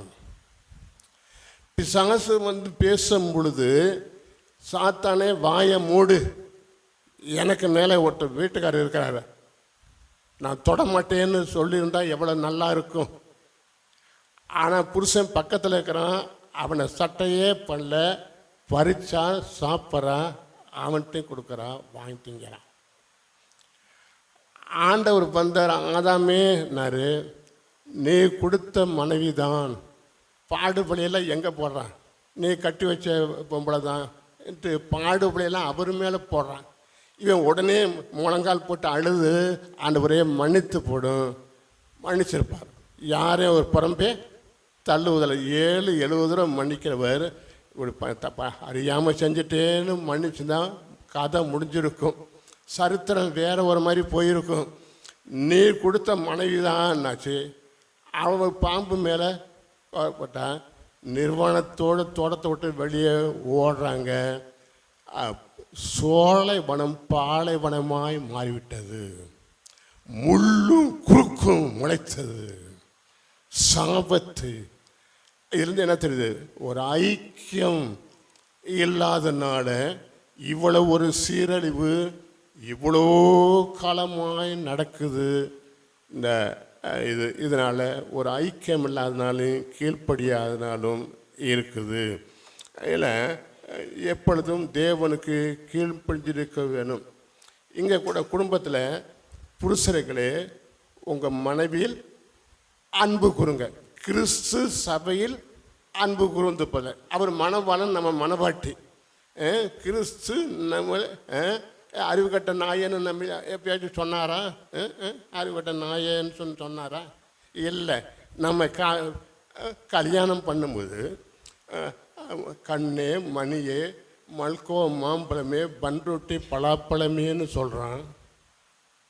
அதுக்கப்புறம் கொஞ்ச நாள் அனுப்புன எங்கடா அந்த கழுதை போச்சு? யார? மனைவிய. பிசாசு என்ன பேச்சு அங்கேங்கிறான். மல்கோ மாம்பழமே பன்ருட்டி பலாப்பழமே கண்ணே மணியே தங்கமேன்னு சொல்லி இன்னவன் திடீர்னு புத்தி ஏன் அப்படி மாறுது? கடைசி வரல இருக்கணும். எனக்கு கல்யாணம் ஆகி 53 வருஷம் ஆகுது.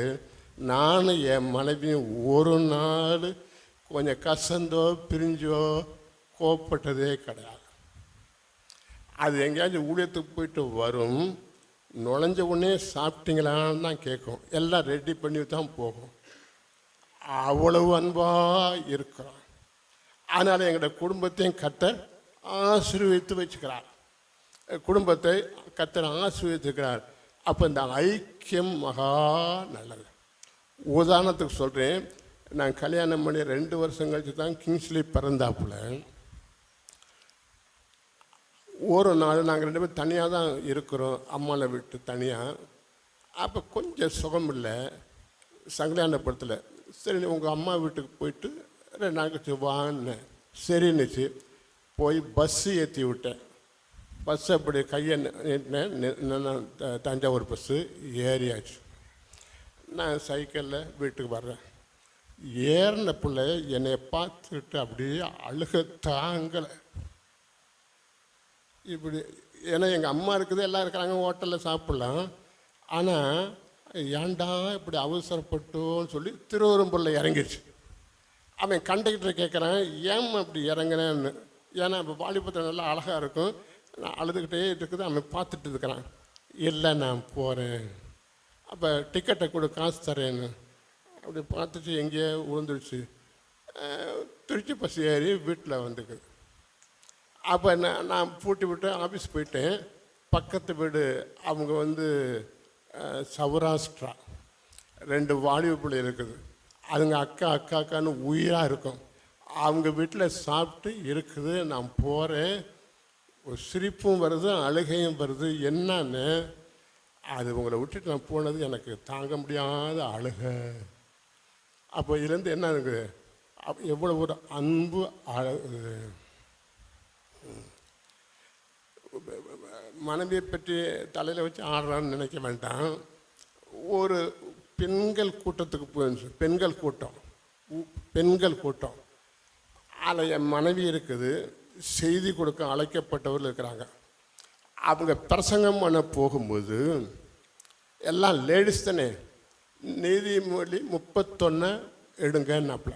நீதிமொழி 31 என்ன இருக்குது? குணசாலியான இஸ்திரியப்பட்டு வரிசையாக இருக்குது. அப்போ உங்கள் பிறந்த நாளில் அங்கே பாருங்கள் என்ன வசனம்னு சொல்கிறதுங்களா. 5ஆம் தேதி அங்கே என்ன இருக்குது, ஏதாச்சும் உங்களுக்கு சூட்டாக ஆகுதான்னு பாருங்கன்னாப்புல. எல்லாம் பிரட்டிக்கிட்டு கிடக்குறாங்க. என் மனைவி வேறு ஏதோ பிரசங்கம் குறிப்பெடுத்துட்டு இருக்குது. உங்களையும் சொல்கிறேன், உங்கள் பிறந்தநாள் பாருங்கன்ட்டு. ஜூன் 23 அங்கே பார்க்கும்போது உன் புருஷன் மூப்பல்லோட நியாயாசனத்தில் உட்காந்துக்கும் போது பேர் பெற்றவனாக இருக்கிறான்.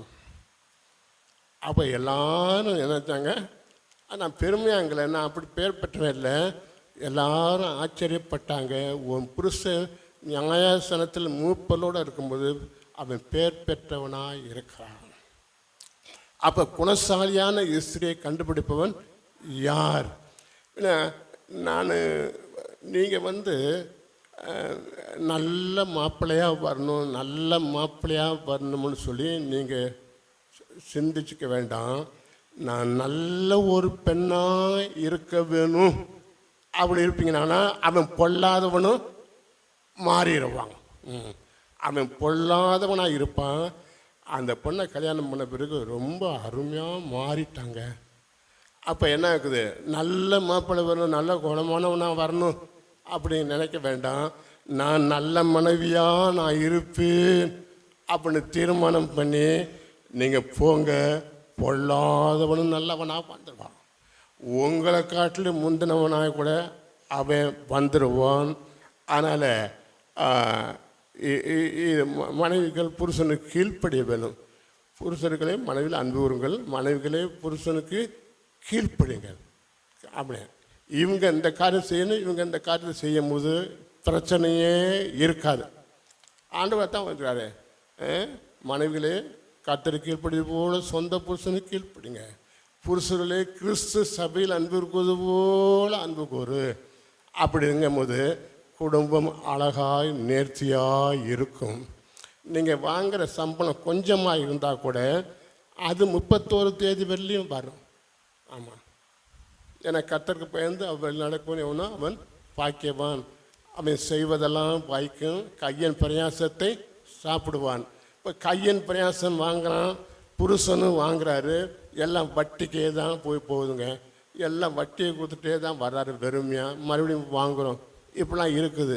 2 பேர் 3 பேர் சம்பாதிக்கிறோம், ஆனால் வட்டிக்கு தான் கடன் தாங்கிறது என்னென்னா, அந்த ஐக்கியம் இருக்குமானால் தேவன் கொஞ்சத்திலேயே நம்ம மீதி எடுக்கும்படி செய்வார். அதே மாதிரி கர்த்தரை கொடுக்கறதுலேயே இருக்க வேணும்.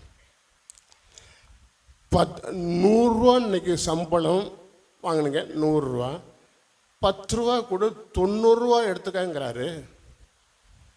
90 ரூபாயில் போடு, 10 ரூபா உனக்கு எடுத்துக்கன்னு சொன்னாக்க அது கஷ்டம்தான். ஆனால் என்னங்கிறாரு, 10 ரூபாய் எனக்கு கொடு, உனக்கு சுகம் பலம் கொடுத்த, நீ 90 ரூபா எடுத்துங்கிறது அதில் என்ன இருக்குது? அதில் கஷ்டம் வேணுங்கன்னா, அதனால் கொடுத்து பழகுனாதான் தெரியும், கொடுத்து பழகுனா தெரியும். நான் ஊழியம் செய்யும்போது ஒரு டேபிள் ஃபேன் வேணும்.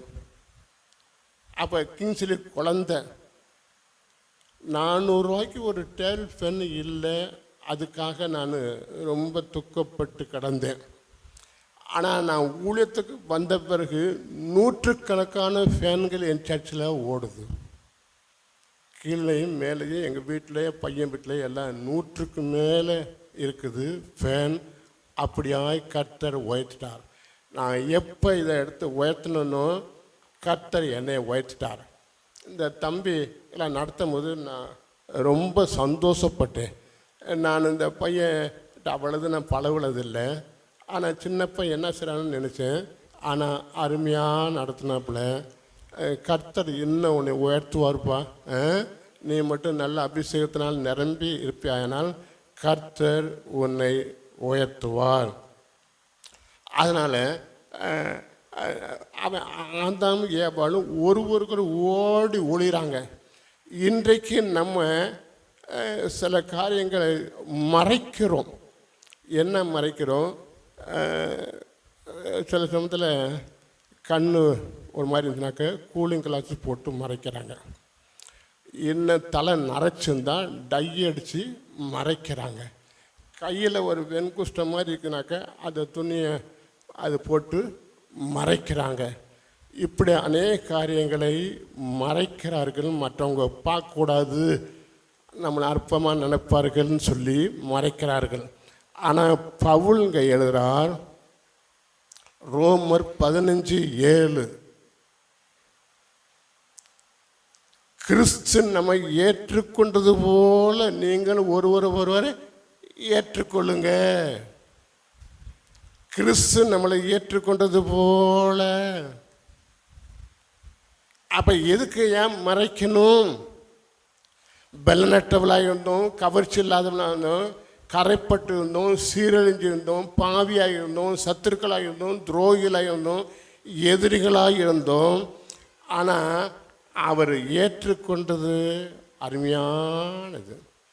எந்த நிபந்தனையும் இன்றி அன்பு கூர்ந்த அவரிடத்தில் நாம் அன்பாய் இருக்க வேணும்னு சொல்லி வேதத்தில் எழுதப்பட்டிருக்குது. என்னை பாருங்கள், இளையகுமாரன் பன்றி மேய்ச்சிட்டு வருகிறான். தகப்பனை கேவலப்படுத்தி அவமானப்படுத்திட்டு போனவன் பன்றி மேய்ச்சிட்டு வர்றான். கிழிஞ்ச பேண்டு, தாடி, முடியெல்லாம் வளர்ந்து நாத்தம் பிடிச்சது மாதிரி வர்றான். தகப்பன் ஓடி போய் கட்டி பிடிச்சி முத்தம் கொடுத்தான். ரோட்டில், மெயின் ரோட்டில், அங்கே எல்லாம் டீ கடை அது இதெல்லாம் எல்லாம் கடைக்காரன் எல்லாம் பார்த்துருப்பாங்க. என்னடா அது பெரியவர், அவரை போய் உன் மகனாட்டக்குது. அங்கே வெக்கப்படவே இல்லை. வாப்பான்னு கூப்பிட்டு வர்றாரு. போய் முடியை வெட்டிட்டு சவரம் பண்ணிட்டு வாடா குளிச்சுட்டு நாற்ற முடிச்சப்பல அல்லாட்டி உடனே சேர்க்க மாட்டேன்னு சொன்னாராம். அல்லாட்டி 1 மாதம் அவுட் ஹவுஸில் இரு, அதுக்கப்புறம் தான் நான் உன்னை சேர்ப்பேன்னு சொன்னாராம். இல்லை, அப்படியே போய் முத்தம் கொடுத்து மோதிரம் போட்டு ட்ரெஸ் பண்ணி கொளுத்த விருந்து அடிக்கிறார். ஏன்? இது பிதா நம்ம மேலே உள்ள அன்பை சித்தரிக்கும்படியான சம்பவம். பிதா நம்மளை எவ்வளவு அன்பு கூறுறாங்கிற சம்பவம். ஆனால் அந்த இளைய மகன் இருக்கிறானே, அவன் என்னைக்காச்சும் சொன்னானா, எப்போ தம்பி போய் ரொம்ப மாதம் ஆச்சு, அவன் எங்கே இருக்கிறான்னு தெரியல, அவன் இறந்துட்டானோ இருக்கிறானோ தெரியல, வாங்க போய் பார்க்கலான்னு என்னைக்காச்சும் சொன்னானா? இல்லை. அவன் வந்தவன ஏன் அவனை சேர்க்குறீங்க? எனக்கு ஒரு ஆட்டுக்குட்டி கூட அடுக்கல, அவனுக்கு கொளுத்த கன்று. அப்போ பைபிளில் என்ன அதை மேன்மையாக எழுதப்படுகிறது. ஆபிரகாமுடைய வீட்டுக்கு 3 தூதர்கள் போனாங்கல்ல, என்னத்தை அடித்தார்? கொளுத்த கன்று. அமெரிக்கா ஜனாதிபதி ட்ரம்மு வந்தால் மோடி என்ன வறுத்து வைக்கிறாரு? இதுதான், இந்த கறி தான். ஆனால் இங்கே இந்தியாவில் அந்த கறிக்கடை வச்சுருந்தா அவனை அடிக்கிறான், கொள்கிறான். ஆனால் பசுமாட்டு மூத்தத்தை குடிங்கடாங்கிறான், அது நல்லதுங்கிறான். ஆனால் கறிதுன்னா ஏன்னா அடிக்கிறான், கொள்கிறான், அவன் தாழ்ந்த ஜாதிங்கிறான். இவன் என்ன சொல்கிறான்? எனக்கு ஒரு ஆட்டுக்குட்டி கூட அறுக்கலையே, இவனுக்கு இதை அடிக்கிறீங்களே, கொளுத்த கன்று. அப்போ பாருங்கள் அவனுடைய எண்ணத்தை பாருங்கள். வாடா சாப்பிட அவன் வந்துக்கிறான்டா, தம்பி எலும்பும் தோல்மா, வாடான்னு கூப்பிட்றாரு. முடியாதுன்னு சொல்லிட்டு அடுத்த தெருவில் அவன் ஃப்ரெண்டு வீட்டு திண்ணையில் உட்காந்துக்கிட்டு வரமாட்டேங்கிறான். ஏன் அவனை சேர்த்த? தம்பியை போய் பார்க்குறோம்னு என்னைக்காச்சும் சொன்னானா? இவன் அங்கே இளையகுமாரன் வரும்போது யாராச்சும் ஒருத்தன் வந்து உங்கள் அப்பா இல்லையே இறந்துட்டாரேன்னு சொல்லியிருந்தாக்கா அவன் வந்திருக்க மாட்டான். ஏன்னா இந்த எனக்கு சேர்க்க மாட்டான்னு தெரியும். ஆனால் தகப்பை இருக்கிறதுனால தான் எப்படிப்பட்ட பாவம் செஞ்சிருந்தாலும் என் தகப்பை சந்தோஷமாக என்னை ஏற்றுக்கொள்ளுவோம். ஆமாம், என்னை தள்ள மாட்டார். அது என்ன? பிதாவினுடைய அன்பை குறிக்குது. இயேசு கெத்செமனே தோட்டத்தில் இரத்த வேர்வை சிந்திக்கிட்டு இருக்கிறார். ரத்தமெல்லாம் வேர்வையாக வந்துருச்சு, உடம்பு ஜில்லிட்டு போச்சு, நெஞ்சு படப்படங்குது. மூங்கப்புறம் விழுந்து கிடக்கிறார் கெத்செமனே தோட்டத்தில். எப்போ சாப்பிட்டாருன்னு தெரியவில்லை. ராத்திரி யூதாசு வர்றான், ஒரு பெரிய கூட்டத்தை கூட்டிக்கிட்டு, தடிகளோடும் பந்தத்தோடும். அப்போ யூதாஸை பார்த்து ஏசு சொன்னார், என்ன என் சிநேகிதனாகிய யூதாசே. பாருங்க, சொல்லுவாங்களா? அறிவு கட்ட நாயே அப்படின்னு தான் சொல்லுவாங்க. என் சிநேகிதனாகிய யூதாசே, முத்தத்தினாலையா என்னை காட்டி கொடுக்குற? ஒரு திருடனை பிடிக்க போகிறது மாதிரி வர்றியே. என்ன ஒரு அன்பான ஒரு வார்த்தை. அது பிதாவாகிய தேவன் நம்மகிட்ட இருக்கிற அன்பை குறிக்குது. சீமோனே, பட்டயத்தை உரையில் போடு.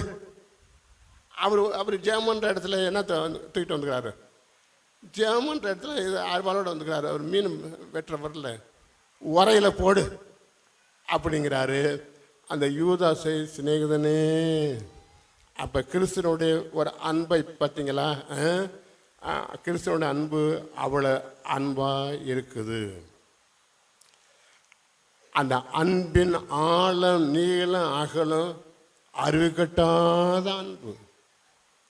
சூரியனுடைய உயரம் தெரியுது, பசிபிக் சமுத்திரத்துடைய ஆழம் தெரியுது, இமயமலை எவ்வளோ உயரம்னு தெரியுது. ஆனால் கிறிஸ்துவனுடைய அன்பின் ஆழம் நீளம் அகலம் அறிவு கட்டாத ஒரு அன்புன்னு சொல்லி இருக்குது. கிறிஸ்துவனுடைய அன்பு அவ்வளோ பெரிய அன்பு. இயேசு இருக்கும்போது சிறு பிள்ளைகள்லாம் ஒடியாந்து மடியில் ஏறிக்கிட்டே, ஒரு பயமே இல்லையே, பயம் இல்லாதபடி. ஏன்னா அவ்வளோ ஒரு அன்புள்ளவளாக இருந்தார். இஸ்ரீகள் அவரோட கூட பிரயாணமாய் கிராமமாய் போனார்களே, அவங்கெல்லாம் யார்? பெரிய பரிசுத்த வாட்டிகளா? 7 பிசாசு பிடிச்ச மரியம்மா அவங்கெல்லாம் எல்லாம் கேவலமானது தான். அவங்களுடைய அந்தரங்க எல்லாம் இவருக்கு நல்லா தெரியும். அவர் யார், எப்படிப்பட்ட ஆள், அவன் அந்தரங்க பாவம் எல்லாம் தெரியும். ஆனால் காட்டிக்கவே இல்லை. ஒன்றும் தெரியாத போல தான் பழகினார். மார்த்தாள் மரியாள் வீட்டுக்கு அவர் போனார். அங்கேயும் சாதாரண ஆளது போனார். அவரிடத்தில் வந்த ஒவ்வொரு பெண்ணும் ஆணும் அந்தரங்க வாழ்க்கை எல்லாம் நல்லா தெரியும்.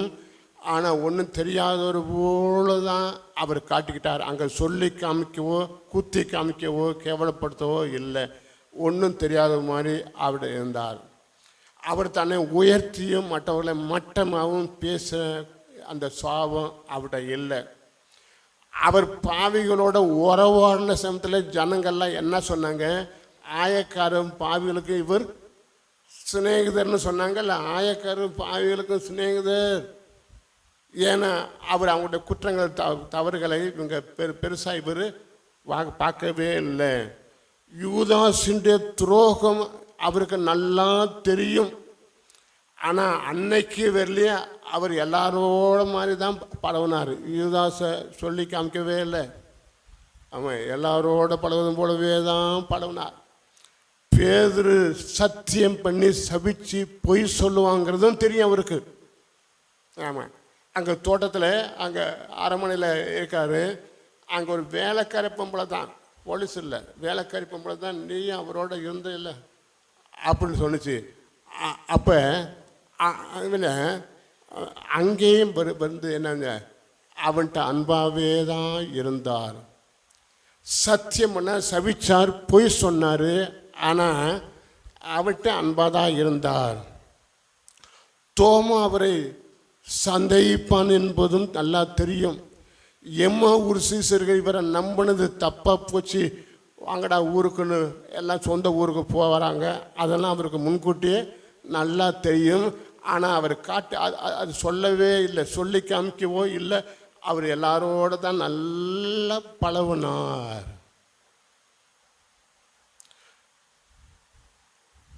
இந்துக்கள் அநேகர் நம்மளை பார்த்து என்ன சொல்கிறாங்க? உங்கள் மார்க்கம் எனக்கு ரொம்ப பிடிக்குங்க, நான் கிறிஸ்தவ ஸ்கூலில் தான் படித்தேன், பைபிளில் எங்கள் வீட்டில் இருக்குது, ஆனால் அந்த மதத்தில் நான் சேர மாட்டேன். ஏன்னா உங்கள்கிட்ட அன்பு இல்லை, சண்டை சச்சரவு ஜாதி இதெல்லாம் இருக்குது, அதனால் நான் உங்கள் மதத்தில் நான் சேர மாட்டேன்னு சொல்கிறாங்க இன்றைக்கி. மற்றபடி கிறிஸ்தவ மார்க்கம் எனக்கு பிடிக்கும், பைபிளில் எங்கள் வீட்டில் இருக்குது, நான் கிறிஸ்தவ ஸ்கூலில் தான் படித்தேன், ஆனால் அதில் சேர மாட்டேன்னு சில அநேகர் இந்துக்கள் அங்கே சொல்லுறாங்க. ஒரு சர்ச் இருக்குது, பக்கத்தில் ஒரு விசுவாசி தூரம் போகிறாங்க பஸ்ஸில் ஏஜுக்கு. ஏன் பக்கத்தில் இருக்குதுன்னு அவங்க மருமக சொல்லுது, போகலாமேன்னு. வேண்டாம், அங்கே எல்லாம் எஸ்சியாக இருப்பாங்க, எல்லாம் எஸ்சி ஜனமாக இருக்கும், அங்கே போக வேண்டான்னுட்டு பஸ் ஏறி தூரம் போகிறாங்க. அந்த மருமகளே சொன்னிச்சு. ஆனால் பரலோகத்தில் போகும்போது அவனு தானே வருவான். இன்னும் எங்கே ஓடுவான்? நரகத்துக்கு ஓடணும், நரகத்து தான் ஓடணும். அங்கே எல்லோரும் தான் வருவோம்.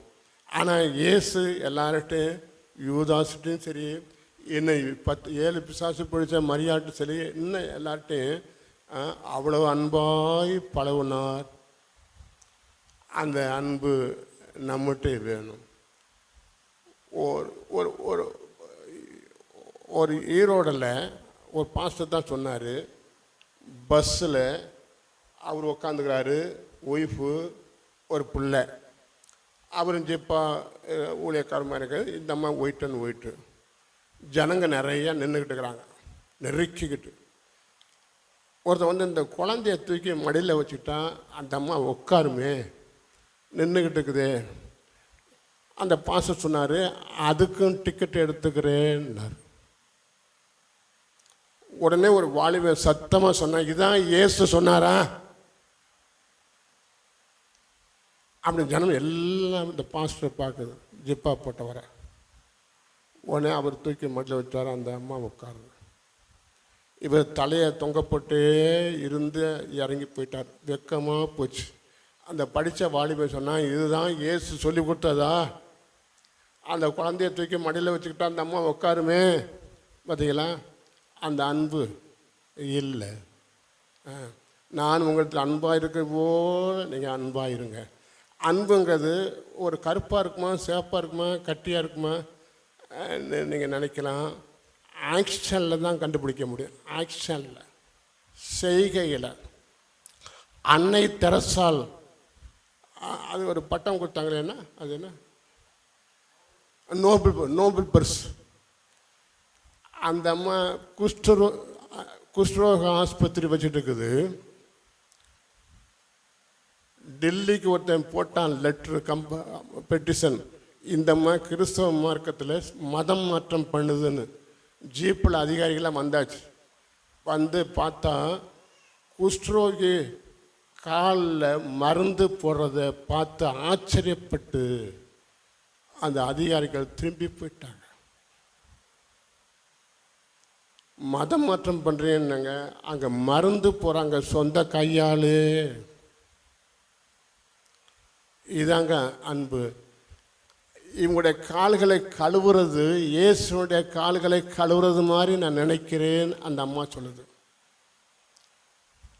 டெல்லியில் நோபல் பரிசு கொடுக்கறதுக்கு அந்த கமிட்டி வந்துக்குது. நேரு அப்படியே தங்கச்சி என்ன பண்ணிட்டு, விஜயலட்சுமி பண்ணிட்டு எல்லாம் இருக்கிறாங்க. பெரிய பெரிய விஐபி எல்லாம் நிறையா தொல்லான ஜனம்.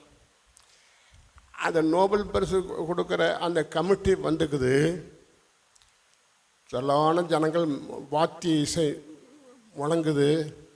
அன்னை தெரசால்னோடனே ஒரு அம்மா வருது. நேர் அதை பார்த்துட்டு அப்படியே கண் கலங்கிட்டார். 4 அடி உயரம், கூணு விழுந்துக்கிறாங்க. முகங்கள்லாம் சுருக்கமாக இருக்குது. வயசான கிளவி. அந்த கல்கத்தாவில் உள்ள அந்த துப்புரவு பணியாளர்கள் கட்டுற புடவை. இவங்க வந்து நோபல் பரிசு வாங்கினோடனே நேரு நான் அழுது விட்டேன்னு சொல்லி அவங்க தங்கச்சிட்ட சொன்னாப்புல. இந்த அம்மாளுக்கு நோபல் பரிசா இல்லை, ஆக்ஷனில் தாங்க, செய்கையில் தாங்க. ஏன்னா அவங்க செய்கை அவ்வளோதான். அதில் அந்த பணிவிட செஞ்சு செஞ்சு கூணு விழுந்து போச்சு. அதனால் அன்பு எப்படி இருக்கும்னா, ஏன்னா அது ஒரு கட்டியாவோ கிலோகளை இல்லை, ஆக்ஷனில் தான், செய்கையில் தான் நம்ம கண்டுபிடிக்க முடியும். 2 பேர் வயல் இருக்குது. ஒருத்தர் கிறிஸ்தவுடைய வயல் மேலே இருக்குது, ஒரு இந்து வயல் கீழ் மட்டத்தில் இருக்குது. அந்த கிறிஸ்தவர் தண்ணி நல்லா வயலுக்கு பாய்ச்சிட்டு போயிடுவார். இந்த இந்து மனுஷன் போய் ராத்திரி 7 மணிக்கு போய் பொத்து விட்டுருவான். தண்ணி எல்லாம் சல்லுன்னு இவன் வயலில் நிரம்பி இருக்கும். அவர் வந்து பார்த்தா வயல் காஞ்சிருக்குது, அவன் இதில் தண்ணி இருக்குது. தினம் பண்ணிட்டு இருந்தான். இந்த விசுவாசி போலீஸில் சொல்லாமல், அந்த கிராமத்து தலைவர்கிட்ட சொல்லாமான்னு பார்த்தாரு. எல்லாம் அவன் பட்சமாக தான் இருப்பாங்க, கர்த்தர்கிட்ட சொல்லலாம் எட்டு ஜெபம் பண்ணார். கர்த்தர் சொன்னார், முதலாவது அவன் வயலுக்கு தண்ணி பாய்ச்சிட்டு, பிறகு உன் வயலுக்கு தண்ணி பாய்ச்சிட்டு வீட்டுக்கு போ. அவன் வந்தான், 2லேயும் தண்ணி இருக்கிறத பார்த்தவொன்னே அவன் ஆச்சரியப்பட்டான். மறுநாளும் பார்த்தான். சரி, இந்த கிறிஸ்தவர் தான் தண்ணி நம்ம வயலுக்கும் பாய்ச்சிட்டு போயிட்டார். அவன் ராத்திரி வந்து கதவை தட்டுறான் அந்த விசுவாசி வீட்டை. என்னங்கும் போது கதறி அழுவறான். நான் பண்ண தவற மன்னிச்சிருங்க, ராத்திரில எனக்கு தூக்கமே இல்லை. நீங்கள் போகிற மார்க்கம் சரியான மார்க்கம்னா ஞாயிற்றுக்கிழமை ஜபத்துக்கு வந்துட்டான். போலீஸுக்கு போயிருந்தான், பெரிய அடிதடி கொலைகளை போய் முடிஞ்சிருக்கும். கர்த்தரிடத்தில் ஒப்படைச்சான், ஆண்டவரே நான் இதை என்ன செய்யணும்னு. நீ அவனுக்கு பாய்ச்சு, அப்புறம் உன் வயலுக்கு பாய்ச்சு. பாருங்க, அவன் ஆலயத்துக்கு வந்துட்டான். நம்முடைய அன்பு தான் இப்படியா இருக்கவேன்னு சொல்லி இருக்குது. யூதரும் இயேசு சிலுவையில் தொங்கும்போது யூதரும் கிரேக்கரும் புறஜாதிகளும் அந்த அந்த என்ன என்ன அந்த யூத குருக்களும் அந்த இவங்கெல்லாம் குருக்கள்லாம் எல்லாம் இயேசுவை கேவலமாக பேசுகிறாங்க. சிலுவையில் தொங்கும்போது சேத்த வாரி மூஞ்சலை இறைக்கிறது மாதிரி தான் பேச்சு. உதட்டை புதுக்கி தலையை துலுக்கி சிலுவந்து இறங்கி வா, மற்றவங்களை ரசித்தியே. அங்கே கல்லர்களும் பரியாசம் பண்ணுறார்கள். திரளான கூட்டம் பரியாசம் பண்ணுது. இவர் அப்படியே சிலுவையில் தொங்கிக்கிட்டு இருக்கிறார். அவர் சொன்ன வார்த்தை என்ன? பிதாவே, இவர்களுக்கு ஏதாச்சும் சொன்னாரா? இவ்வளவு அவமான மத்தியிலே பிதாவே மன்னி, தெரியாமல் செய்கிறாங்க. ரத்தம் ஊற்றுது. அங்கே அவர் சொல்கிற வார்த்தை இதை, பிதாவே மன்னி, தெரியாமல் செய்கிறாங்க, தெரியாமல் செய்கிறாங்க. இதே சொன்னதுனால இன்னொரு கல்லை டக்குன்னு அவன் கிண்டல் பண்ணிட்டு இருந்தவன் தான். உடனே அவனை பார்த்து சொல்கிறான், நியாயமானபடி நம்ம தண்டிக்கப்படுகிறோம், அவற்றை எந்த குறையுமே இல்லை, வாயை மூடுறா சொல்லிட்டானா? உண்மையாகவே தேவனுடைய மனுஷன். ஏன்னா அவருடைய அமைதியை அந்த இதை பார்க்கலாம், மன்னிப்பு தன்மையை பார்த்தான். உடனே ஆண்டவரே, உடைய வீட்டில் ராஜ்யத்தில் வரும்போது அடியேனே வரும்போதெல்லாம் இன்னைக்கே நீ வந்துடுவ. ஞானஸ்தானம் எடுத்தானா, சபைக்கு போனான்னா, பைபிளை தொட்டதே இல்லை. அவன் உணர்த்தப்பட்டான். இவர் இவ்வளவு பாடுகள் மத்தியிலே அவருடைய அன்பு வெளிப்படுது. அவர் குற்றமற்றவர் தான்ங்கிறது அவனுக்கு தெரிஞ்சிருச்சு. ஆனால் தான் ஆண்டவர் சொன்னார், சத்துருவை சிநேகியுங்கள், தீமை செய்தவர்களுக்கு நன்மை செய்யுங்கள். ஒருத்தன் கன்னத்தில் இருந்தால் மறு கன்னத்தை காட்டி கொடு. 1 மைல் தூரம் கூப்பிட்டா 2 மைல் தூரம் போங்க. அப்பம் கேட்டால் அதை கொடு, அதை கொடு. எல்லாம் சொன்னதெல்லாம் என்ன? நான் உங்களுக்கு அன்பாக இருக்கிறது போல நீங்களும் ஒருவருக்கு ஒருவர் அன்பாக இருங்கன்னு சொல்லி ஆண்டவர் சொன்ன காரியம்.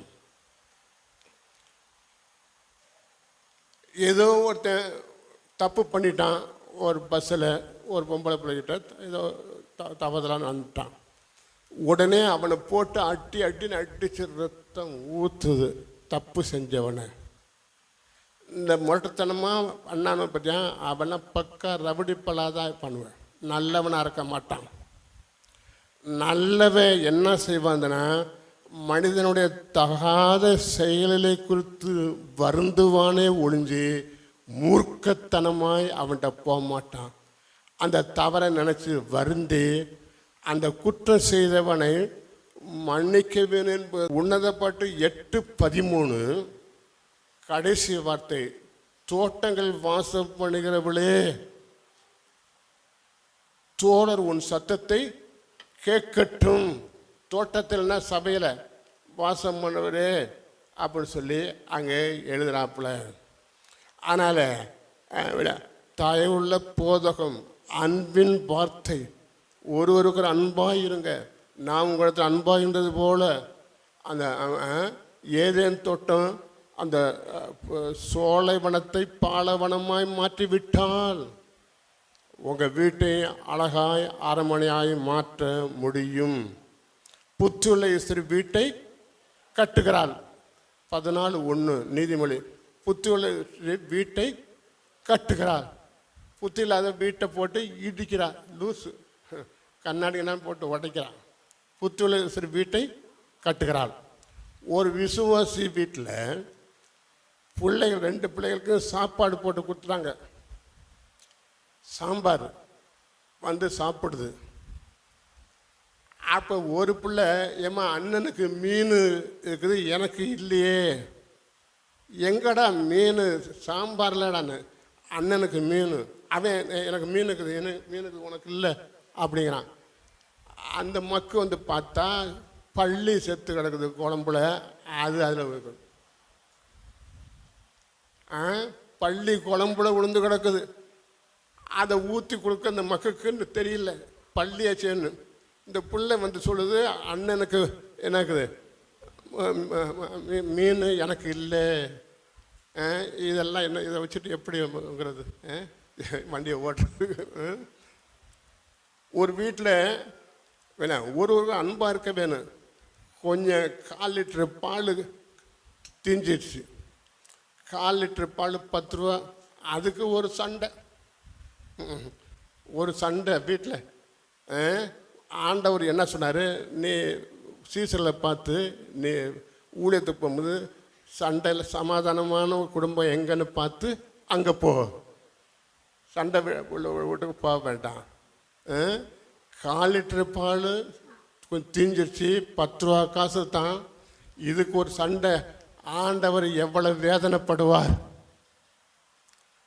அப்புறம் மத்தியானத்துக்கு மேலே பக்கத்து வீட்டு அம்மா ஆரோக்கியமாரி என்ன காலையில் ரொம்ப திட்டினார், பால் இப்படி தீஞ்சு போச்சு இந்த மனுஷனால், எனக்கு நல்ல நல்ல மாப்பிள்ளையெல்லாம் வந்துச்சு, எங்கள் அப்பா இதை பார்த்து வச்சார், நான் 10 வருஷமாக அந்த ஆளோட பார்த்தியா, அவள் இந்து பொம்பளை சொல்கிறான், நல்ல நல்ல மாப்பிள்ளைலாம் அவனை தான் கட்டுவேன்னு ஒத்த காலில் நின்னையே, ஃபோன் பண்ணிகிட்டே கிடப்பியே, இப்போ என்ன வந்து அப்போ என்ன போது, ஏன் 10 ரூபா பாலத்தில் தீஞ்சா போயிட்டு சமாதானங்கிறது எவ்வளோ ஒரு உயர்ந்த அது, எந்தாவது கடையில் வாங்க முடியுமா?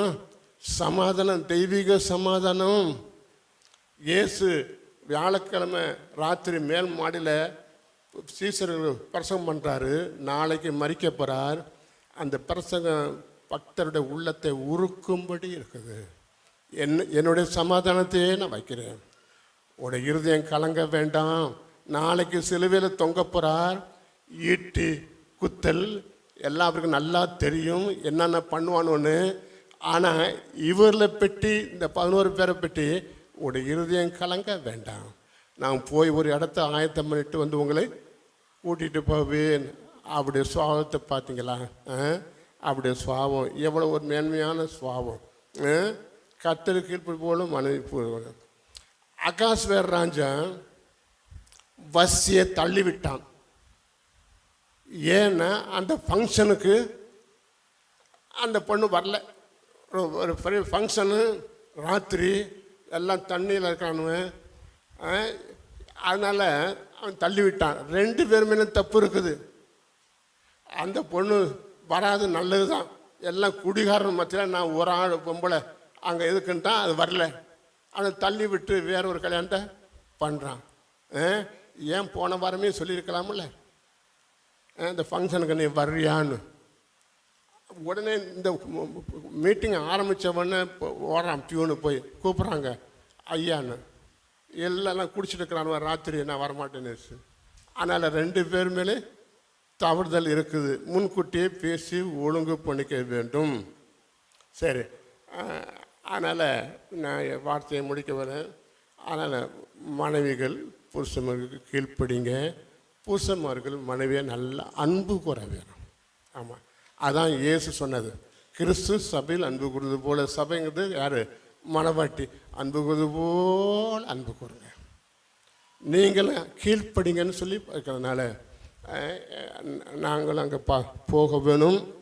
அதனால் என்னை வார்த்தையை முடிக்கிறேன். அடுத்தபடியாக திருவிருந்த ஆராதனையாக சரி ஜெயம் பண்ணுவோம். எங்களை நேசிக்கிற அன்பின் பிதாவே, கிறிஸ்து சபையில் அன்பு இருக்கிறது போல நீங்கள் ஒருவருக்கு ஒரு அன்பாக இருங்கன்னு சொல்லி வேதத்திலேயே நாம் பார்க்குறோம். அதே அன்பு கத்தாவே எங்கள் ஒவ்வொருத்தருக்கும் இருக்கும்படி எங்களுக்கு உதவி செய்வியா.